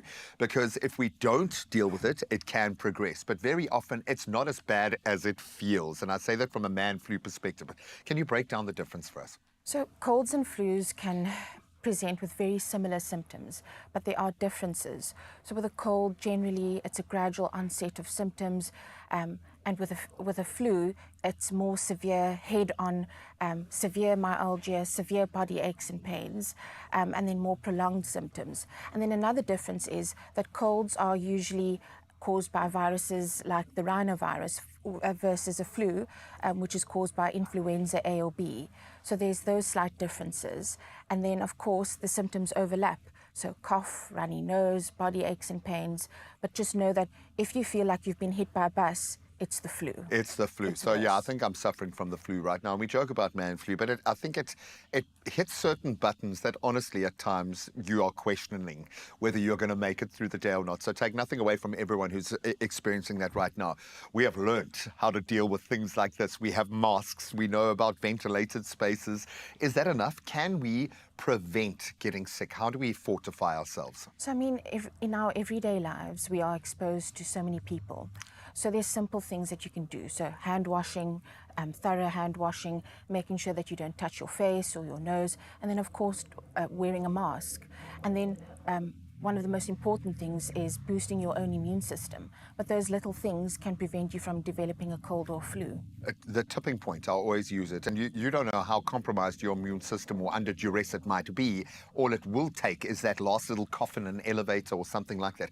Can I ask you a rather silly question this far after COVID, but wearing of the mask, it's not just about obviously what we are inhaling, because you're kind of keeping breath close to your mouth there, which is counterintuitive, but it's more about what you are expelling and how you can protect others. So if you are sick, wearing a mask can be a good thing. Definitely. So you're preventing those respiratory droplets from exposing others, and then if you are wearing a mask in a crowded space or a confined space, you're protecting yourself as well. So it works both ways. Go and dust out the material mask. I don't want no paper mask today. I want to see a COVID material mask out there today. No, I can joke, but we know it can feel awful, and most of us can't take 2 weeks off to recover. How long should we take to recover from colds and from flu? What is the life cycle? So that's also quite important. Every patient presents differently and everyone's immune system is so different. But generally with a cold, symptoms are more mild. So between 5 to 7 days you should have been recovered, versus a flu where symptoms are more severe. It does take around 1 to 2 weeks to recover. But of course you can't go, leave work for 2 weeks. So you'll just have to gauge how you feel, but essentially about 1 week or so. Sorry, I don't know, we're drifting into pediatrics a little bit here, but maybe it speaks to all kind of communicable spaces like that. Excuse me, he says with a cough. When's the danger zone for spreading? When do we know, okay, I need to take my kid out of school? No, I must avoid going into the studio environment to protect my colleagues. So we watch out for danger signs. So for parents, I always say, go with your gut feeling. Even if you aren't sure what a danger sign is, if you feel that your child is unwell and you can't manage, are you okay? Sorry, it's a psychosomatic reaction to what we're talking about, I think. But generally, danger signs are a persistent cough, a very high fever, shortness of breath or chest pain. And in children, I specifically say very high fevers. Seek help from your healthcare professional. Don't let it wait, because it can present into something more serious, like a low respiratory tract infection, like a pneumonia. And even just the temperature itself is scary territory for a parent. I think most of us, our first trip to the hospital with our child is when you start pushing 39, 40, those sort of things. Exactly. And it's terrifying. So thank you for making a point around that. Do we get weaker or stronger when we've gone through a bout? Because I always kind of feel like when my kids get sick at the beginning of winter, they are like machines for the rest of winter, and then I just die. But can you be more susceptible or less susceptible when your immune system has been through something? How much risk remains after you've recovered? So I always say that just remember that there are many viruses that cause colds.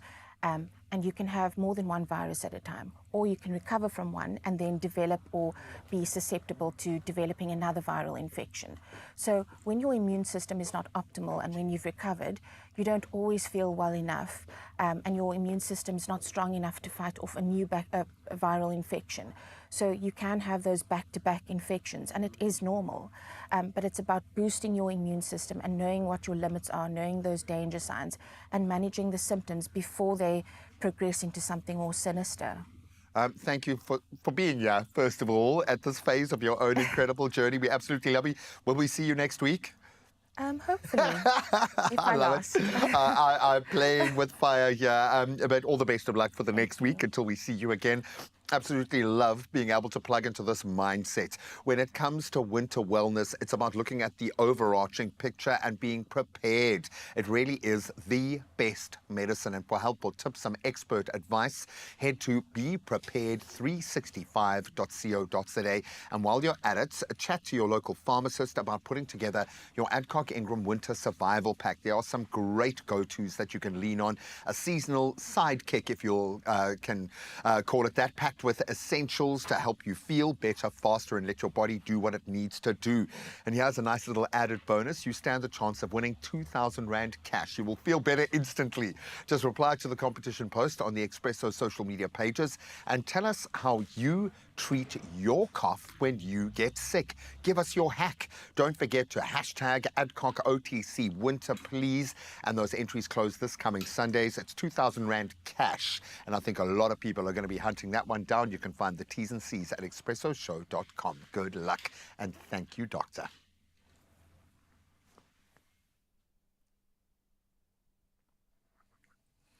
Well, listen, we've made our way into the kitchen for something so fantastic. G and I alluded to it just a little bit earlier. It is all about that Woolies Dunket Festival. If you're wondering, Carissa, what are you talking about? Of course, I had to bring in my girl, Kanisile, is back and in the building to talk us through some beautiful biscuit products that Woolworths has in store for us for the upcoming festival. Yes. Welcome back, Kanisile and Ben Williams.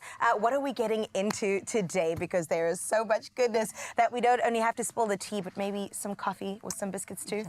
Yeah? Okay. So what are some of your favorite picks when it comes to the range that Woolworths has this Dunket Festival? So Woolies is offering a selection of different types of biscuits for this festival, right? We've got a solution for the lunchbox, solution for your pantry staple. If someone pops by, you can give them something, and also from a gifting point of view. I like So if you want to gift them, you can buy them some shortbread, some biscotti, and then I think you'll be the best gifter in the world. Oh my goodness, you had me at shortbread. I am sold. I absolutely love it.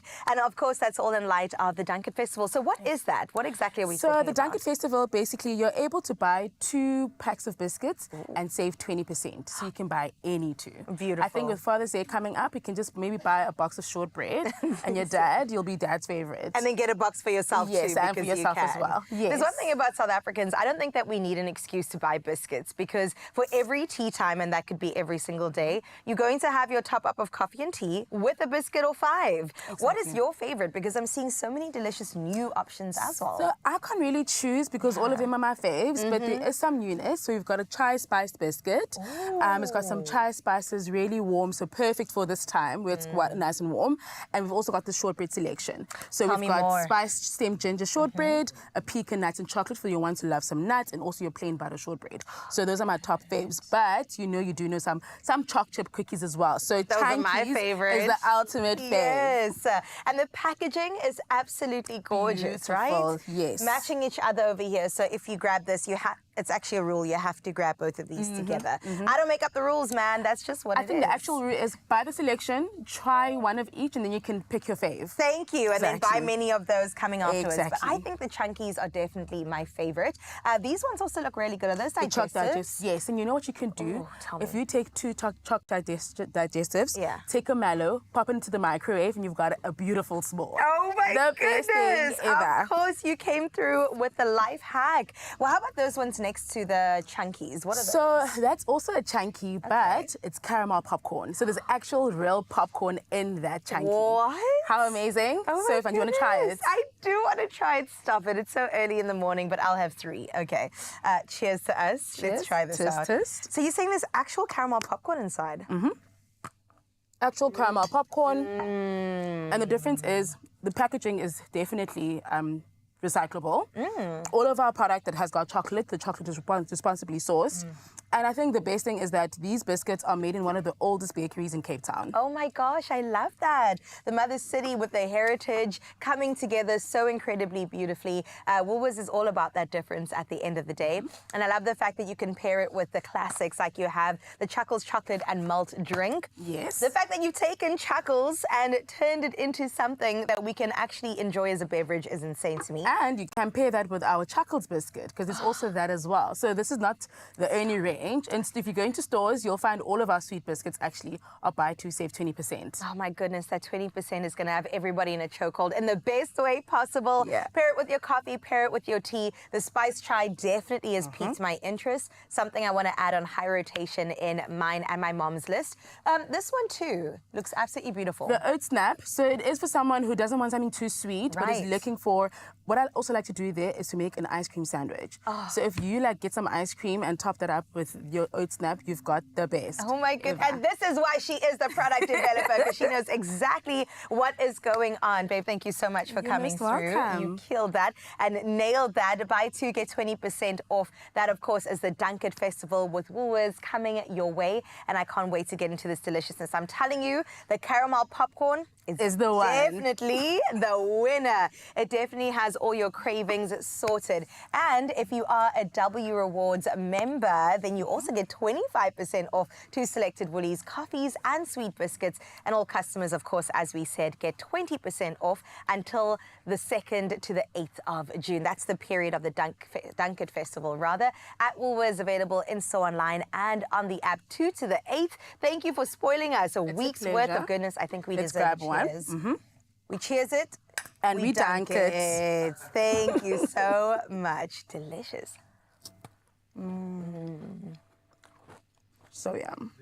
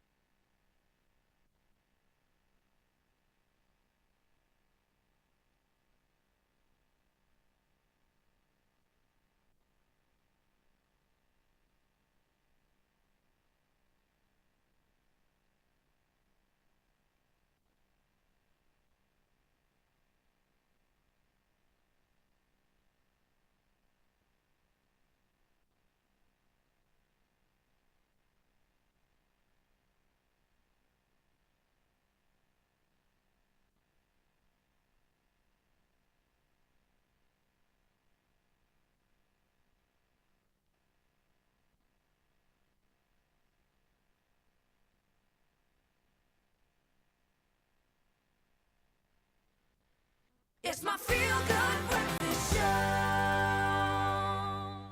show. Welcome back, you incredibly special people. I want to introduce you to someone. She might look like a fresh face, okay? You might never have seen her on TV. Ladies and gentlemen, Miss Carissa Cupido. And I thank you. Okay, that's not at all is how supposed to go wild at that point. No, Where's you're the old hat studio now, audience? girl. So, guys, officially it marks 1 year of this incredible human being on our show. Can we get a round of applause for that? Oh, man, this gorgeous, beautiful, charismatic, wonderful human being has lit up our lives. Some big shoes to follow and fill in terms of the amazing woman that I have shared this space with. But you just stepped in like it ain't no thing. We are so proud of what you have achieved in this space, girl. We make each other cry daily. It's kind of like our thing, but... we say don't lock eyes. I know, that's mainly the thing. Absolutely beautiful. But let's take you back through a bit of this magical journey, if you will. Here's a front row seat. It's such a sigh of relief. I think that this moment, I've kind of metaphorically been holding my breath until this point, and also just learning along with South Africa about what it takes to be a great, great Expresso host. I think we knew from the very first second that Carissa came onto your Feel Good Breakfast Show set that she was a fit. I cannot wait to watch the arc that she is on right now. She is going to help and impress and make so many people feel better about themselves, because that's what she does for us, and that's what the show is about. She has absolutely smashed her first week on air. Listen, I went to see Handsome and Lebo M. Let me actually get the order right. Lebo M featuring Handsome. It was absolutely amazing. There was a black carpet to go along with the theme. I didn't even realize I went with the theme. And I also brought my brother. Now, when I walked in and the Expresso guys were there, they were like, I don't know if that was Carissa because she had a different man on her arm. I was like, that's my brother, okay? Put some respect on the pastor's name. So he came on through and had a great time. It was just a nice sibling little date. And the stage was absolutely stunning. I mean, you saw for yourself. Yeah, it was awesome. And Lebo M was, oh, goodness, what a legend. Like, he sang all of our favorites, Hakuna Matata. Yeah. He sang Azamanya. He did everything that was so good. Do you know what was really... We gotta get into some entertainment news. Welcome back, Expresso fam. We can't wait to get into all the gossip, all the skinner, because right now we, of course, still have Aisha Baker in the building, and it's just gonna be a bit of a chat amongst the girlies. Can you be a girlie now? Skinner en gesels. Skinner en gesels, yes, absolutely. Oh my goodness, I'm just so happy to be here, to be honest. It's such an experience and an immersive one at that, like stepping into somebody's home and being able to watch people make and also get involved in making and creating the roaster cook. Something that I did grow up eating, but this is something different.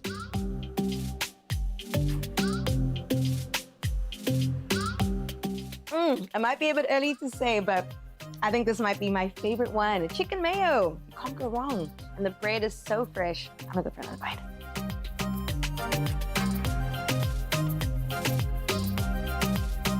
Guys, how was that? Before we even get into the recipe as well, we have so many comments that have come through, but there are a few things that I have to share with you, Carissa. This is from some of your closest and dearest and the most loved. So let's just play this one out for your birthday. Hey, Bubs, happy birthday.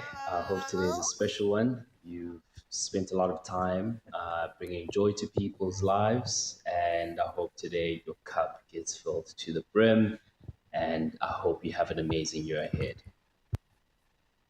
Oh, that's so sweet. A man of not that many words, but I love you, babe. Thank you so much for that. That's very good. Let's go. So here we go. We're gonna cross over, touch on your hips, around. Oh, you weren't ready for that. Around, bring your hands up, bring it down, and again, we're gonna go 1, 2, 3, 4, 5, 6, 7, 8, and down 2. It's me. Come on, Robbie. What kind of a sportsman are you? What kind of a sportsman are you? Give me my shoes. I want the shoes. It's all in the feet. I don't even know. I don't even know. Oh, no.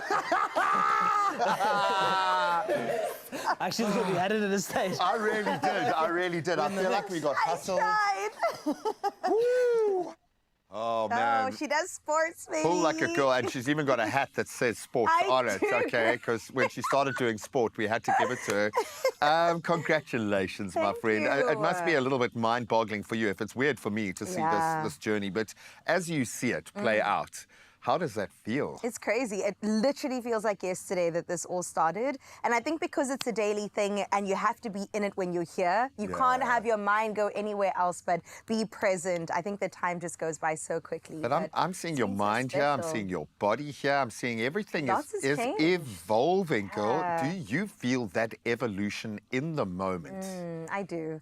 I feel like a new person. I don't think I knew what I was getting myself into. I think you pray and long for these days, and then when you're in it, it's a completely different journey. And I feel transformed. I feel grown. Oh, for and I sure. feel definitely a little bit more experienced and seasoned in my career. You might feel mature because you work with me. That might be why you feel a bit more grown up, is because it's set against me. No, but on that note, Gray, it's been such an honor to work alongside you, having somebody that has been doing this for as long as you have, and growing up, just absorbing the entertainment, and then being next to you, being able to also just learn from from you and the wisdom that you share has been incredible. Enough about me. Okay. Let's talk about me No. for a second. No, I want the same emotional vomit that you put on me on my birthday on you right now. No, of course, I think you guys at home know the most important part of this equation is you guys at home. Absolutely. So let's connect with Zan and find out how y'all are feeling about this incredible human being.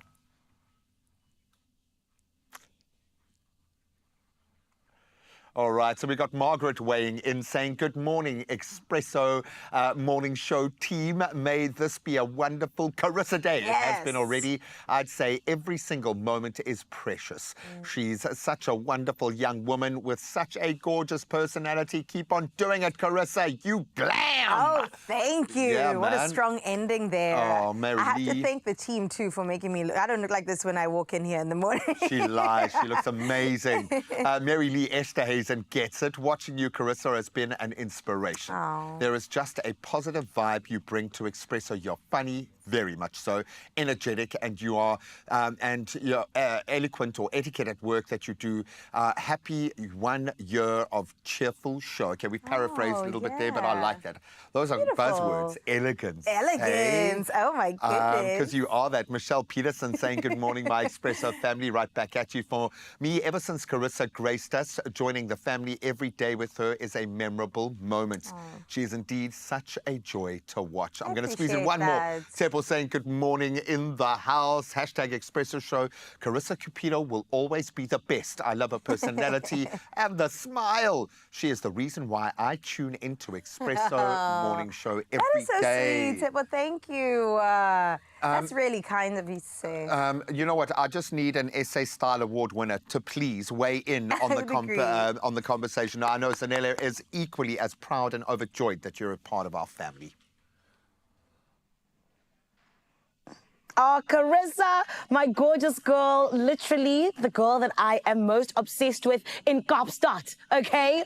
My lovely, I am so happy for you, so proud of you, always so inspired by you, and so honored to work alongside you. Happy 1 year, my gorgeous, and I'm so excited for you to just continue growing. Can I please tell you my most memorable moment? It was when you got nominated, just 4 months being part of Expresso, being one of the incredible TV presenters that was nominated at that awards show, and you, my babe, are that iconic. You're a legend. And I'm so, so, so grateful to have you in our lives every single morning. Just like everybody said, you're literally our precious diamond that we get to wake up with every morning. And honestly, Expresso Show family, thank you for coming through and celebrating our Carissa with us. It's always the best part of the morning, being able to celebrate together as a family. Right now, though, hopefully you'll be able to celebrate that you could be a millionaire, my darling, because Panda Push Up Play, Powerball, and Powerball Plus for an estimated for 14 million rand in total estimated jackpots, rather, this Tuesday, and you could win big. Make sure you don't miss out. Play Powerball for an estimated 5 million rand and Powerball Plus for an estimated 9 million rand today. Buy your tickets now in store or on nationallottery.co.za. You can also check it out on the mobile app, cell phone banking, or simply dialing *120*7529# for USSD. All of these details are on our Expresso Show pages, so you can go and check them out. However, you got to make sure that you play Powerball and Powerball Plus for 14 million rand in total estimated jackpots today, and you could hit it lucky, baby. I'm wishing you all of the best, as always, but for now, I know that you're in luck because we are not over yet on the show. We still have nice things coming up. My Cape Town family, what can we look forward to? All right, so of course you were originally hired to do a job, and that was entertainment news. Okay, I know the scope has stretched far beyond that now, but yes, we are going to get into some entertainment. I'm so excited. Celeste Anthony from Good Hope FM Evenings is here from On the Pulse, and I can't wait to chat and gesels and skinner, like I said earlier, with her about the latest in local and international entertainment news. We'll see you now.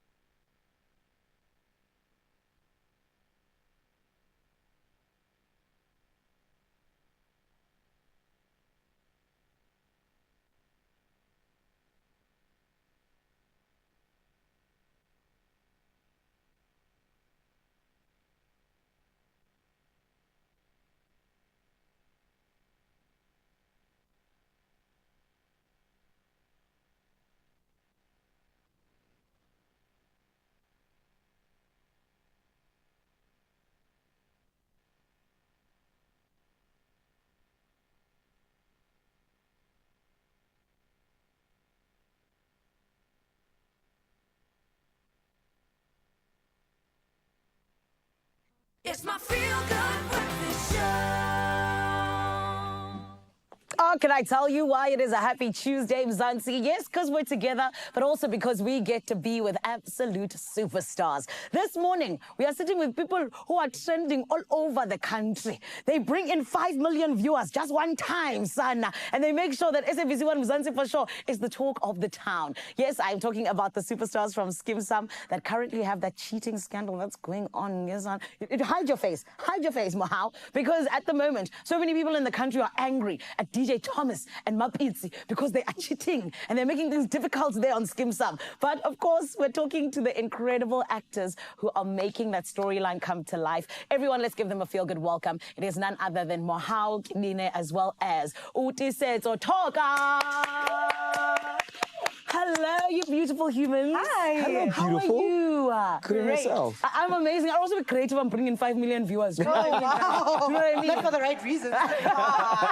You are entertaining, darling. It's what you do. Exactly. Guys, I'm so happy for you. Well done. You're doing so incredible. Keeping the SABC alive. Come on. Thank you. Thank you so much. We love our work, so it's nice. 100%. But Mohau, I want to start with you because you're someone who's grown with the show since the beginning as Mapitsi and going from childhood to varsity to now being an adult. How has that transition and even evolution been for you? It's been a journey. It's been amazing. I'm honored to still be on the show after so long. I mean, it's what, 13 seasons? 14? We're going into season 14, I 14 think. now, yeah. Yeah.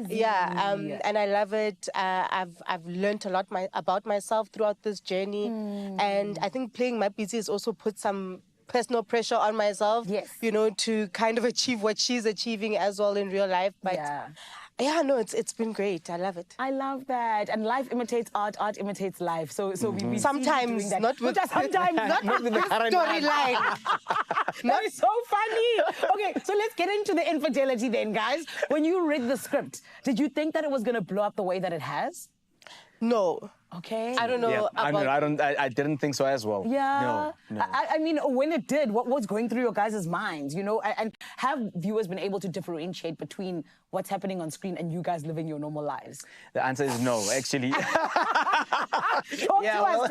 I think she's pointing at me because, I mean, there's been a whole lot happening, well, actually around my circle. Yeah. Yeah, man, people are not taking well because of my storyline. They're not happy with me. Really? And I mean, we all know that, you know, Mapitsi is a household brand. A lot of people love her for the kind of person that she is. So, you know, with DJ Thomas in the mix and, you know, being a Casanova. Yes. Hey. Benga is DJ Thomas. Oh, wow. Okay.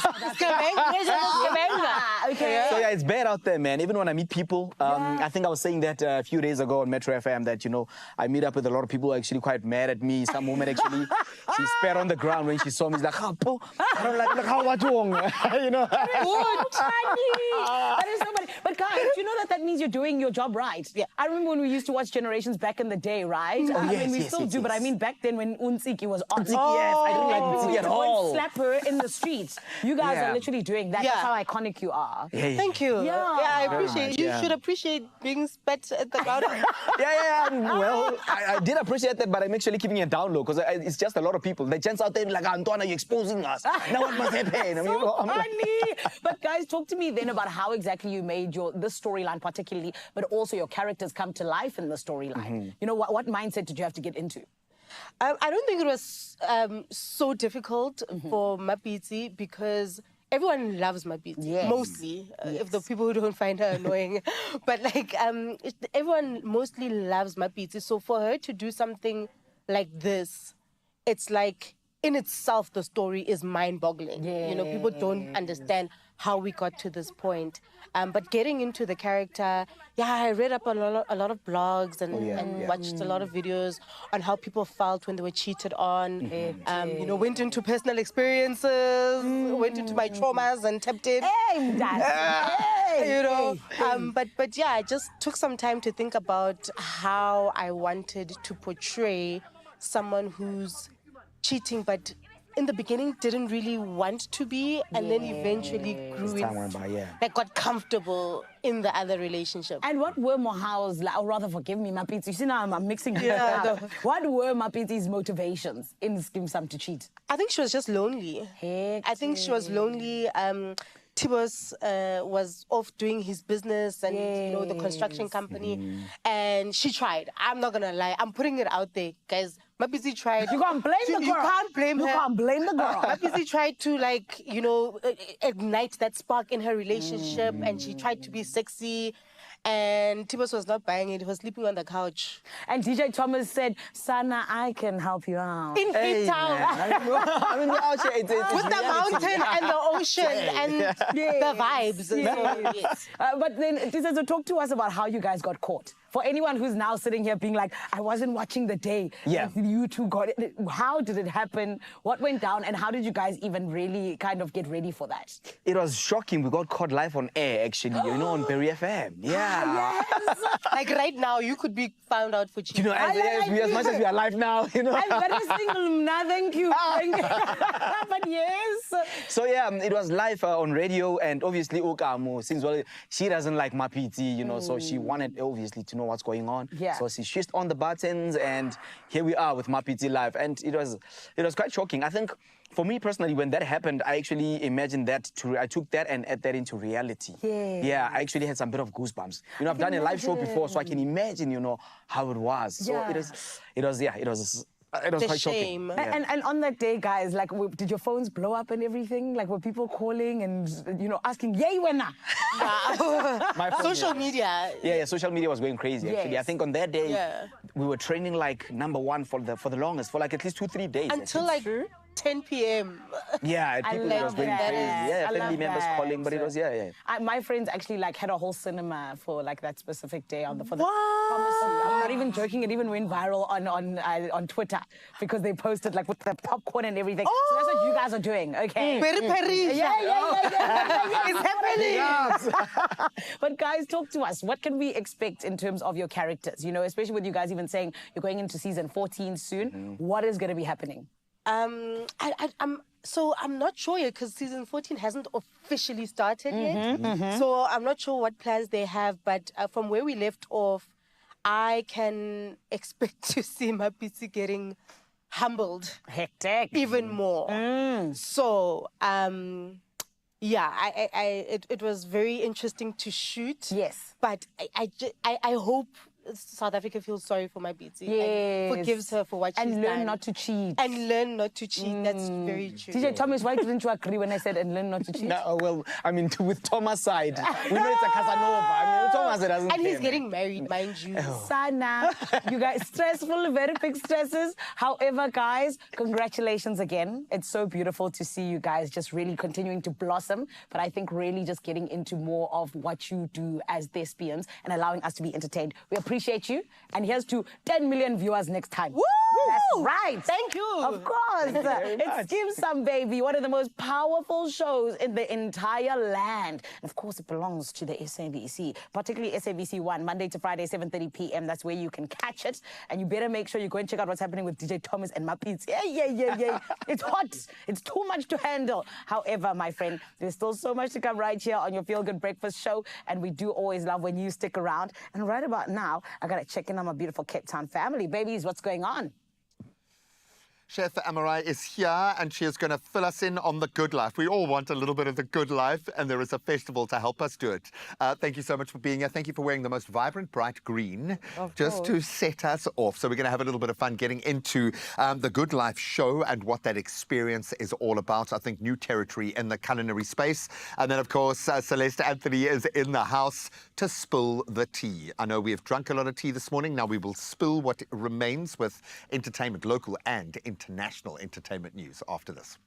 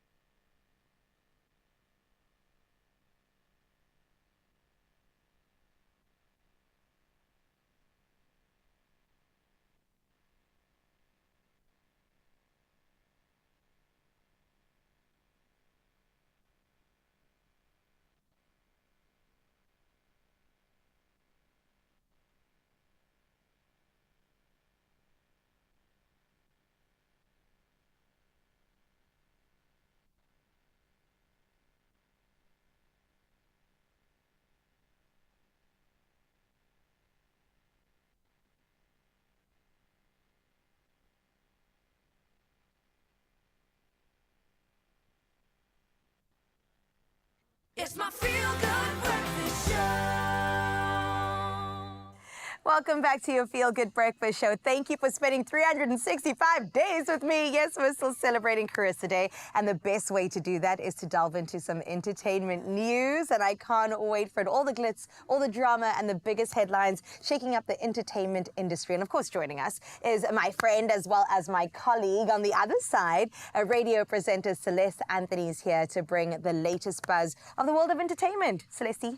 Good morning and congratulations. Thank you. Oh my goodness, we were just having a whole conversation about how has it been 1 year. Yeah, crazy. We started with entertainment. We're also going to continue with entertainment. So let's get into it. Nomzamo Mbata. I could just keep quiet and like, oh. A queen in her own right. What a queen. What a gorgeous woman. What a legend in the making. They call them the young OGs of the game. She had the absolute honor of making her way over to the Cannes Festival, the 78th one at that. And it's a film festival, so it makes sense that our film star is there gracing the red carpet. She was also honored as one of the top 100 women in cinema. And the film that she was in that we all have come to know and love, Shaka Ilembe, also got screened. And what a superstar. Superstar in her own right, deserves to be celebrated. And let me tell you, when I saw the outfit, I went, Carissa's gonna love this. And I did. Because you're a fashion girly. I loved it. The gold and the cream, like the off-white, and the hair. The hair was stunning. Oh, my goodness. She looks like the goddess that she is. Every single time I see her on a carpet, I'm saying, you know what, South Africa is being represented by the so best people, by the best people. Yes. Like, I'm really proud to be represented by her. She is so gorgeous, not only talented, but she also does incredible advocacy work. And of course, she is just so talented. So what a 360 woman she is. Can you imagine how overwhelming it must be to be there? Oh my goodness. How do you take in the moment? It must be so overwhelmed. She needs to show us the ropes on exactly how to do that. But she is incredible, and congratulations once again to Nomzamo. We loved her in every single movie. She shared stages with international stars. Big acts. Eddie Murphy and the like. So Eddie, I forgot about that. Coming to America. Yeah. So I'm just so proud to, I don't know you, but in my mind, we're friends. In my mind, we're best friends. I do that too. And we have full-on conversations from Zamo. Okay. Let's go to another superstar, Big Zulu. I also got to see him perform, and he's so incredible at what he does. And somebody also really loved Big Zulu a whole lot, because they said, you know what, I'm going to prove this to you by tattooing your face on my leg. I must be honest, I can't imagine loving a celebrity that much that I would tattoo his face on my leg, but someone did it. What do you think of the tattoo? To be fair, that's not an exact photo of Big Zulu. There was some commentary saying it looks like it could be Lucky Dube. Not lucky. I mean, R.I.P. Okay, quick not fire lucky question. Dube. Quick fire question. Any celebrity you would tattoo on yourself? Oh my goodness. That you love that much? If I could go for it, I would say, that's so. I'm not going to say Beyonce. But that's what I thought. That's what I thought you were going to say. It's okay. Say it. It's fine. Okay, I'm going to say Beyonce. On the back of your calf where you could cover it up. I would also do it in a very animated way. Okay, yeah. So that if it doesn't quite look like Beyonce, it's okay. It's okay. It could be someone else. And you? Locally? Yes. Jay something. I'm a fan. I'm a fan. You know what, I'm a Mikasa? fan. I hope you're listening right now. Worthy, valid. I absolutely love him as well. But she's not the first person that did that, or they not the first person, because somebody also tattooed Super Mega, the late and great AKA, with his name and his face. So, I mean, he's also worthy. That's he's a trend. So fantastic. I think so. But do remember that tattoos last forever. I'm just saying. Yeah, but cover-ups are a thing. They are. But dang, a whole face? You got to commit to that. You know what I might do? I do like a couple of faces. Then it's like a wall of fame. A wall of fame. A sleeve of fame. A half sleeve of fame. A half sleeve of fame. I could get down with something like that. All right, sticking to local news, let's get into some Bravo LaRue. Now, I love this guy. He's from the Mother City. He's such a fantastic rapper, and also recently welcomed a child into this world. So congratulations once again, Bravo. But he has come out and said that, you know, he struggled quite a bit with depression and also with anxiety, and it almost led him to quit music altogether, which is quite a scary thing to think that a young talent like this was pushed to a point that felt like he didn't even have any help.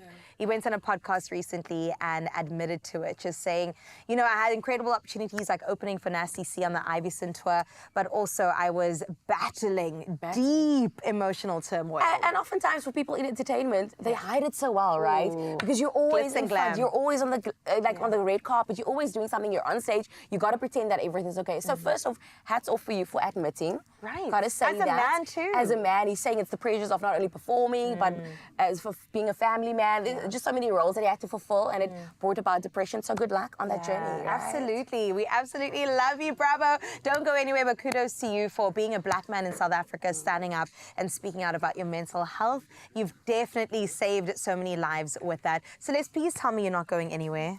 Right here for you. Yes, because we still have international news that we have to cover when it comes to entertainment, and we can't wait for that in just a little bit. For now, though, we're going to cross on over to our very own G-Man to just chat all things the good life and great food. Yes, we are absolutely thrilled to be connecting with this incredible human being. Amarai Verkiel is a celebrated cookbook author. She's a chef. She is a wellness coach, and I love that combination. She is going to be taking the stage, center stage, hopefully at the Good Life show this coming weekend. Known for her beautiful, nourishing food and her empowering philosophy behind it. Food that loves you back. I love that. She's here to give us a little taste, excuse the pun, of what to expect at the show. I can feel you getting prouder and prouder with each moment, but congratulations. I would imagine in your world to have a platform like this must be quite a big moment for you. What is this moment for you? What does the Good Life show represent? I thought about that on my way here, and I really, it came back to a WhatsApp message I had with a friend last week, and we were chatting for about 5 to 10 minutes, just dissecting the texture and taste of yogurt. Oh, wow. And I told him I really live for these chats because we just spent about an hour dissecting a food, and we really connected around yogurt. And the Good Life show is sort of a template for people to connect over something that everyone enjoys and are passionate about. And are emotionally invested in. I always joke about, and we were even chatting about that a moment ago, about how like I'll introduce myself to a place through the street food, because then you get to meet the person who's for 3-4 generations has been representing that culture and that place. Absolutely. But we often don't go a layer below that. And the health and where food fits into our ecosystem, we often underserve that for the commercials. Absolutely. Not the Good Life show. This is an opportunity to have those hour-long discussions about yogurt. So what will you be doing, and how does this reinforce your ethos?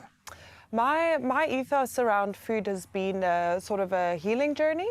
I like that framing. Yes, so my journey began at 13 when I moved to Cape Town as a full-time model. And that was quite an interesting journey, because as a young model growing some curves and getting a full butt at some point, you have to sort of manage your weight continually.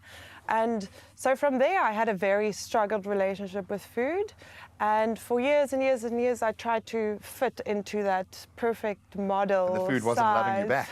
Food was not loving me back. So around 2023, I started going back to the kitchen and said goodbye to my modeling career and said, well, now I want to start the journey and try and figure out how food does love me back. And a lot of that started with color, with vegetables. And as we spoke earlier, also different types of proteins and how that helps you in your healing journey. And everybody is different, which requires a more nuanced chat. You've got to find out what those buttons are that you need to push in your own system. And maybe that informs your journey of how you've had to almost become a coach and nutritionalist and chef to be able to get this done. How do you find that balance, and how does it play out? What do you think of yourself as? Yes, once I started the journey with food and trying to figure out what is my healing journey and how I'm going to go about it, I think you also start talking to people, and I wrote the recipe book called Food That Loves You Back, and that really opened a massive window and lots of talking points with different people that also struggle with their healing journey. And especially lots of people, but women especially, are in deep and dark places because they don't understand how food can love them back. and they feel stuck around the different types of choices and all the opinions around there. So really with the nutritional coaching and with exercise, I want to help people that are in those dark places around food and confusion to find their way out of that. I'm married to an amazing dancer, and food Amazing. has not loved her back Yes. throughout most of her journey, which is a similar journey to that of a model, or those that where there is a massive societal or professional pressure to Yeah. fit into a particular physical box. So I can understand Absolutely. immediately how many people would be struggling with that notion. You have an opportunity now to do this on another level, exponentially bigger level. How does this happen at the Good Food Show, or the Good Life Show? I'm assuming lots of good food. Yes, yes, absolutely. So the Good Life Show is starting on Friday from the 29th to the 1st of June, and there'll be different types of exhibitors with their own products, and it's obviously based around small entrepreneurs and also bigger ones, but they are really focused on healthy food, plant-based food. So it's really just a space for people to come together and celebrate food. I love it. And the health, the medicine that is there, and it's ready for us to be able to plug into, but also a culture around food, which I think is so important to propagate. What mindset would you recommend people come to this? Because you've spoken about meat, you've spoken about plant only, you've spoken about organic. It feels like everyone is welcome here. We're not closing any doors. We are certainly removing judgment from the equation. But what mindset should I have when coming to the Good Life Show? Well, of course, there'll be quite a lot of chefs there, so we'll be doing quite a few food demos. So we really want people to come and learn over their passion around food. But especially for me, my intention going with this and coming from the healing side of it is really to focus on celebrating food. Because a lot of people going there are going with their struggles. Very guarded, yeah. Yes, with how food is a struggle space for them, where they want to be with their body or their mindset, but then also they love food and they want to celebrate food. So I want to take this weekend to really get into that and celebrate food for how joyous it can be. Oh, it and really not only the negative side of it. And it's the ultimate hack. It's the life hack that's sitting right in front of us. Bless you for being you and for doing what you're doing. And we're not going to let her go anywhere. She is going to be back in the kitchen in just a moment. But if you want to plug into this, if you want to experience the Good Life Show for yourself, and I suggest you do, grab your tickets now at quicket.co.za. Don't miss out on this amazing celebration, as we have heard, of food and wellness. We definitely can't wait for that kitchen magic with that celebration of food, because we're getting into a Lebanese wrapped with spiced lentils and also tahini. Something so good. Some protein will be included, as well as beautiful flavors. Speaking about beautiful flavors, our mamacita is still here, Celeste Anthony. And we have to get into part 2 of entertainment news, and we're talking international, baby. We're global. We're going big. We're going big, baby. Go big or go home. Don't go home. Come back. We'll see you now on the other side of this.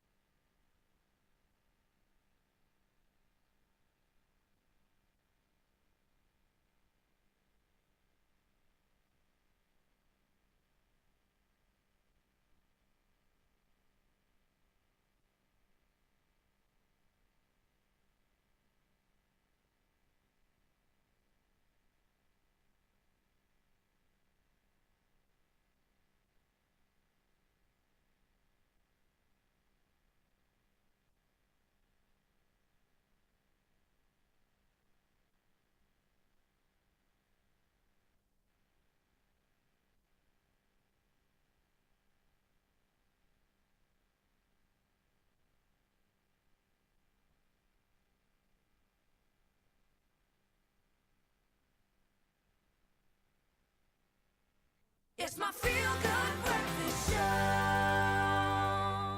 You are back on your Feel Good Breakfast Show. Happy, happy days. I hope that you're having a beautiful one at that too. And listen, we have to get into something so good, and that is part 2 of our entertainment news with Celeste Anthony. It's going to be good. We've got the scoop on everything to do with your global superstars. And this one is a local superstar that's just gone global. She has taken the world by absolute storm. I don't even need to mention her name. Just 4 letters. T-Y-L-A.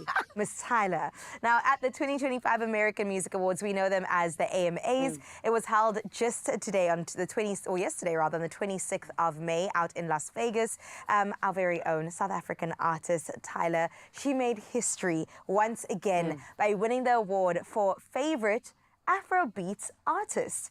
And this one is particularly significant because she's the first female to have won this award in this category.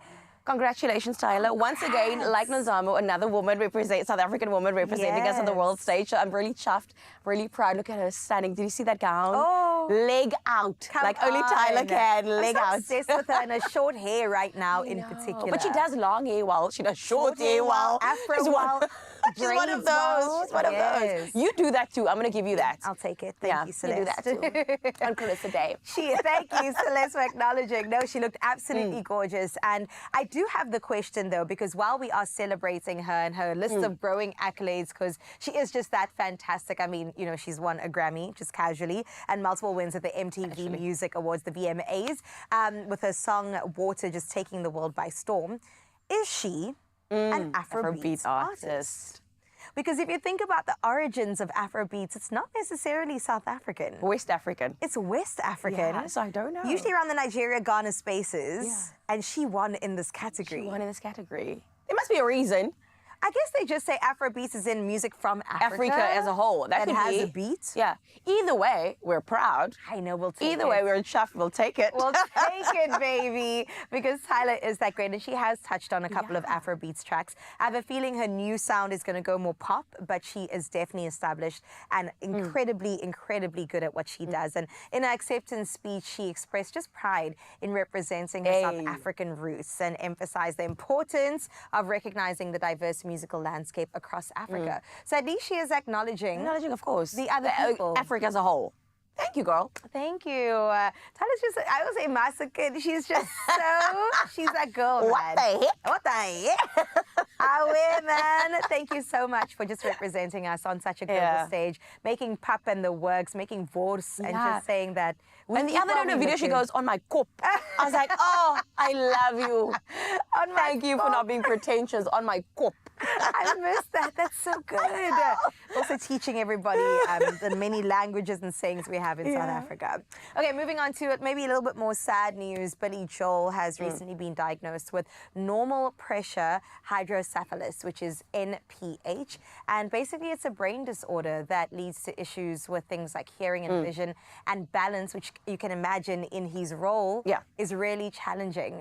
He in fact has cancelled all scheduled concerts to just focus on his recovery.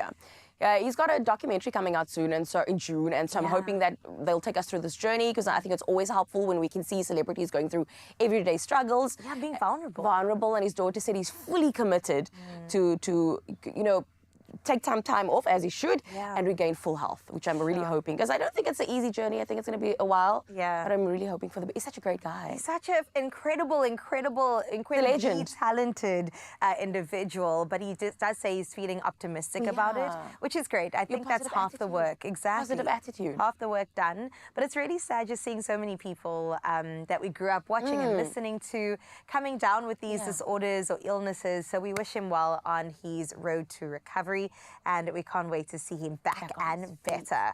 How about some Demi Lovato? I love a love story. Let's get into it. Recently tying the knot. I think we've been waiting for this moment with Jordan Lutz, and they had a beautiful romantic ceremony. I mean, look at them on the 25th of May, which is just over the past weekend. Stunning. They went public with their relationship in 2022, but they've been together for a minute now. and then got engaged in December 2023. Vivienne Westwood dressed her. It's absolutely gorgeous. The silhouette is perfect for her body. The hair is perfect. I feel like it's not overdone. Yes. It's just the right amount of Classic. subtleness and classicness, Yeah. right? Demi's also gone through so many phases. I know. We've seen her from the camp rock days. Yeah, but that's what happens when they grow up in front of us, right? If they're a Disney star and they grow up, you are part of the evolution of the character. And I think this is the final part, the love story. I kind of hope so. It's a happily ever after if ever I've seen one, because I was worried there for a second. I was very worried there for when the shaved hair came through. I said, everybody, let's not wait a lose moment. you. Let's not, please, free Demi. We don't want to lose you. No, she's back we better than love ever. her, and we're hoping the music will follow too. There's something about having a heart broken, but also having a heart filled with love. That makes for good music, right? Fantastic music. And I love the fact that he's kind of giving Machine Gun Kelly. And that's what I thought. It's the hair, it's the tattoos, he's real tall. I see it. I see what you see. Slinky.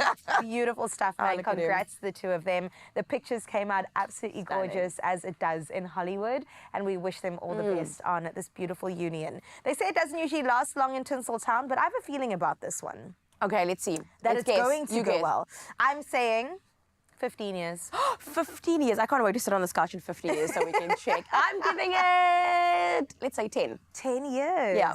Which Not is... for anything. I just think if you're a celebrity, there's more people fawning over you. You've got more options and you might, you know what I mean? If you're going through a dip. I'm not mad at it. I got options, is what she's saying, and I love to see it. Also, 10 years in Tinseltown is at least it's a distance. lifetime. It is a distance. It's a distance. So congratulations to them, and thank you for sitting by and watching us give you and spill the tea on the entertainment news. Like a let's Skinner, wrap it in. thank you. We'll catch you on the radio tonight in the Mother City.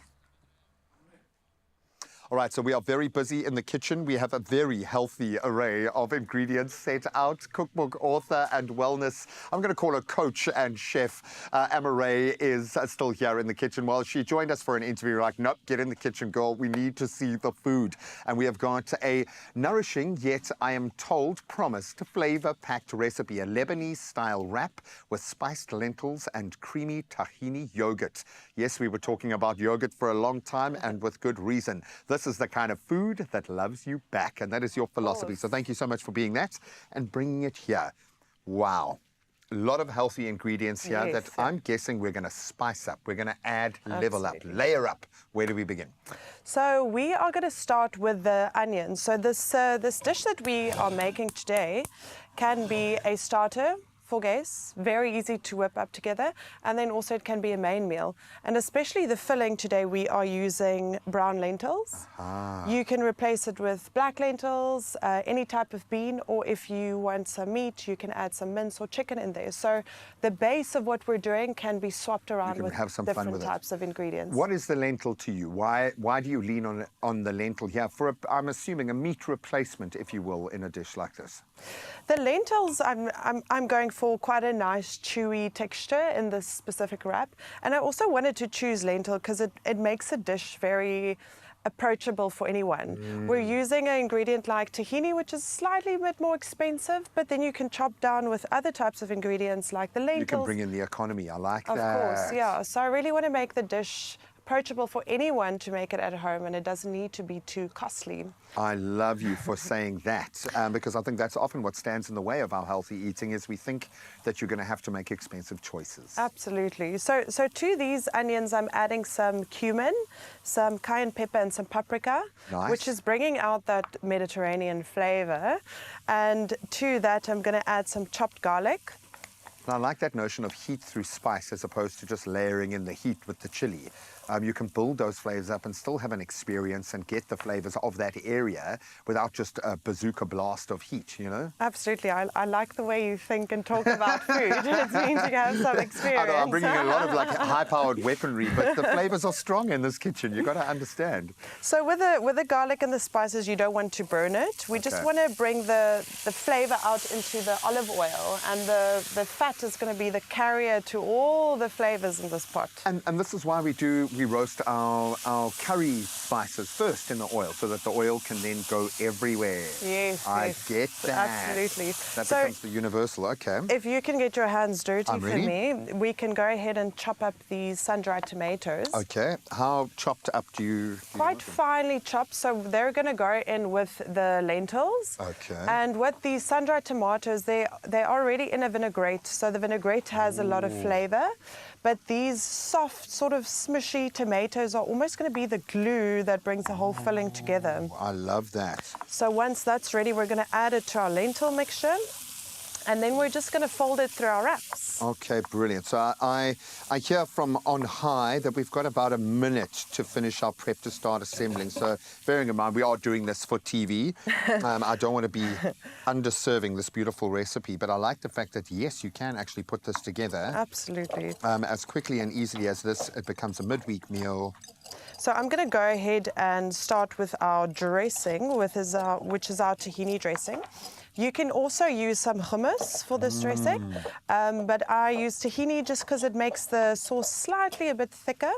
And then you always want to spice everything you do. So to the dressing, we're adding some salt, and to our lentil mixture as well, salt and pepper. I like that because spice doesn't carry a calorie, okay? There's That's nothing true. stopping you from ramping up the flavor of your healthy food. Make it as exciting as you can. Try, experiment, you know, find out what those flavor profiles are going to do. Cool. All right, so once you're ready, you can add that into our lentil mixture. I'm going to just call it a day right over there. Awesome, yeah. That looks lovely. And then we'll be ready for assembly. As Yay. easy as that. So if you get some already cooked lentils, it makes the recipe much faster. Even quicker. Let's grab this board. Sorry, I'm utilizing all of your So, utensils. so the lentils, you can go ahead and fill in, almost like a sushi roll, you can fill in there. All right. And then you can wrap it tightly like a roll. Okay. And then just to present the dish, I'm going to chop some cucumber. Oh, and I see what you mean about the sun-dried tomatoes. Just become that glue to bind it all together. And then the cucumber and the tomato is going to add some freshness to the dish because, of course, the lentils in the sun-dried tomatoes are quite rich. So we're just going to add a fresh element to this dish. Oh, I love this. And this is where I normally fall down, is I always kind of over-wrap or overfill my wraps. I'm going to try it like this. So we've got our tomato, we've got our cucumber, and then always some freshly chopped parsley. You can pack this wrap down here for me on the board. Pop that there. I must say, I always finish off my wraps in the pan to make it look like restaurant quality type thing. Yes. And there we go. And now she's going to make it look proper restaurant quality. And if you can do another wrap for me, that would be great. I will do just that. And the bottom line is that you can emulate this at home. Just a quick reminder, where can people get tickets for the Good Life show? So the Good Life show, you can easily get tickets online on Quicket.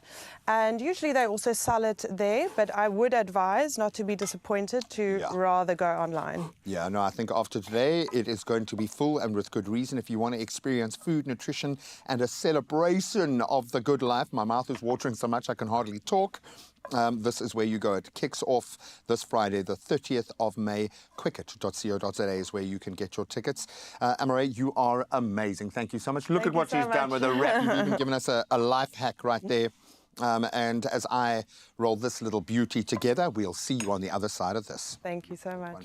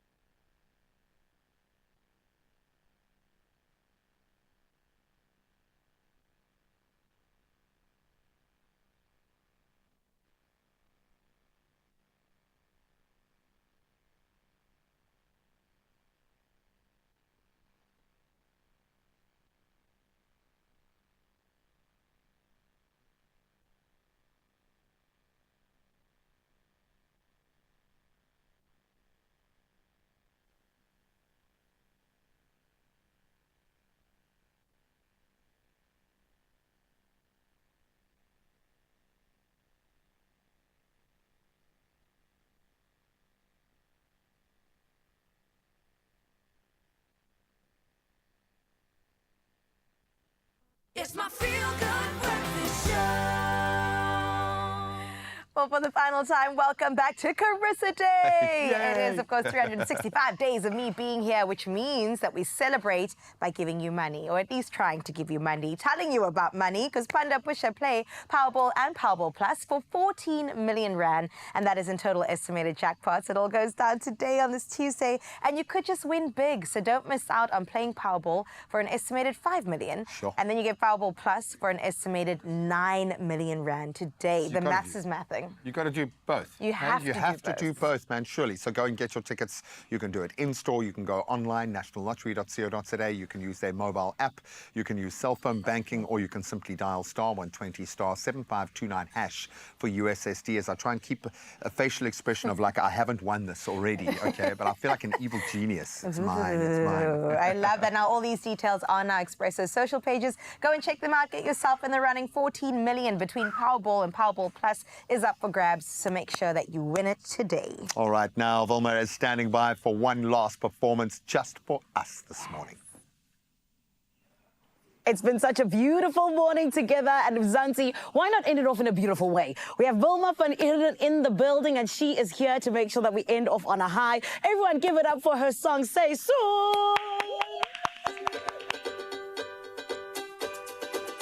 Ek het hom daai vakansie ontmoet. Koop broek en koolvoet, plakkies in sy hand, toe ja sy glimlach. Skitter so pragtig, Karoo na skildery. Sy bruin oë, waai teen my vas, hou my styf vas, die storm binne skree, hy's jou skuilings. Die mooiste tye, as jy voel en so vry weet jy dis hy. Ek het geval vir jou, net soos die son van vir die maan. Lippe land op my soos lente, is die reënval in September. Die jaar bly immer groen. Sonneblom, my winterson, net hy kan het doen. Daar is 4 seisoene in seisoen.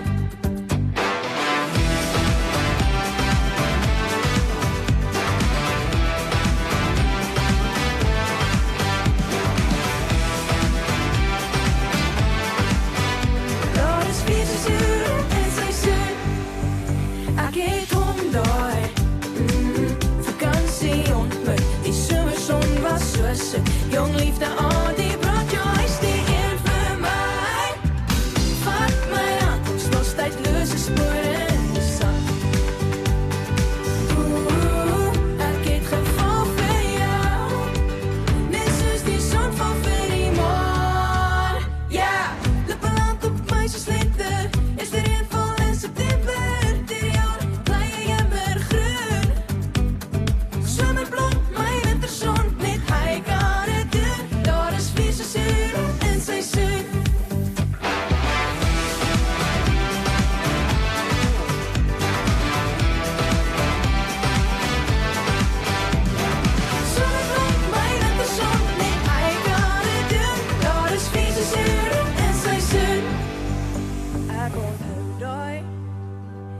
Vakansie so goed, herinnering is so soet. Jong liefde aan die brand, jou huis die een vir my. Hey, vat my hand, ons los tydlose spore in die sand.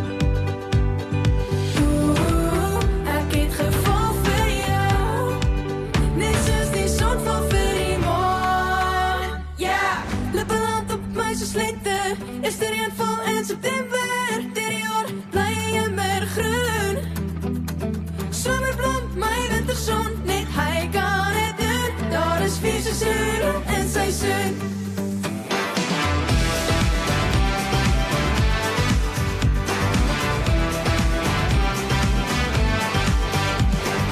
Somerblom, my winterson, net hy kan het doen. Daar is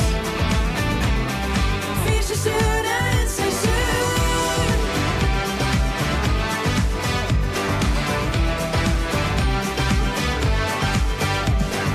Somerblom, my winterson, net hy kan het doen.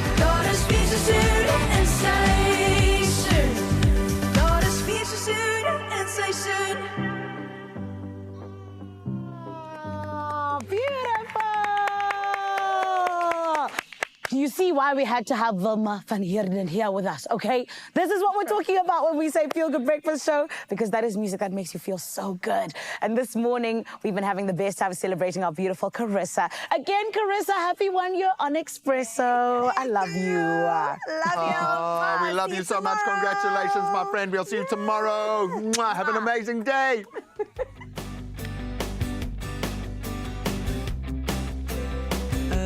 Another Feel Good production.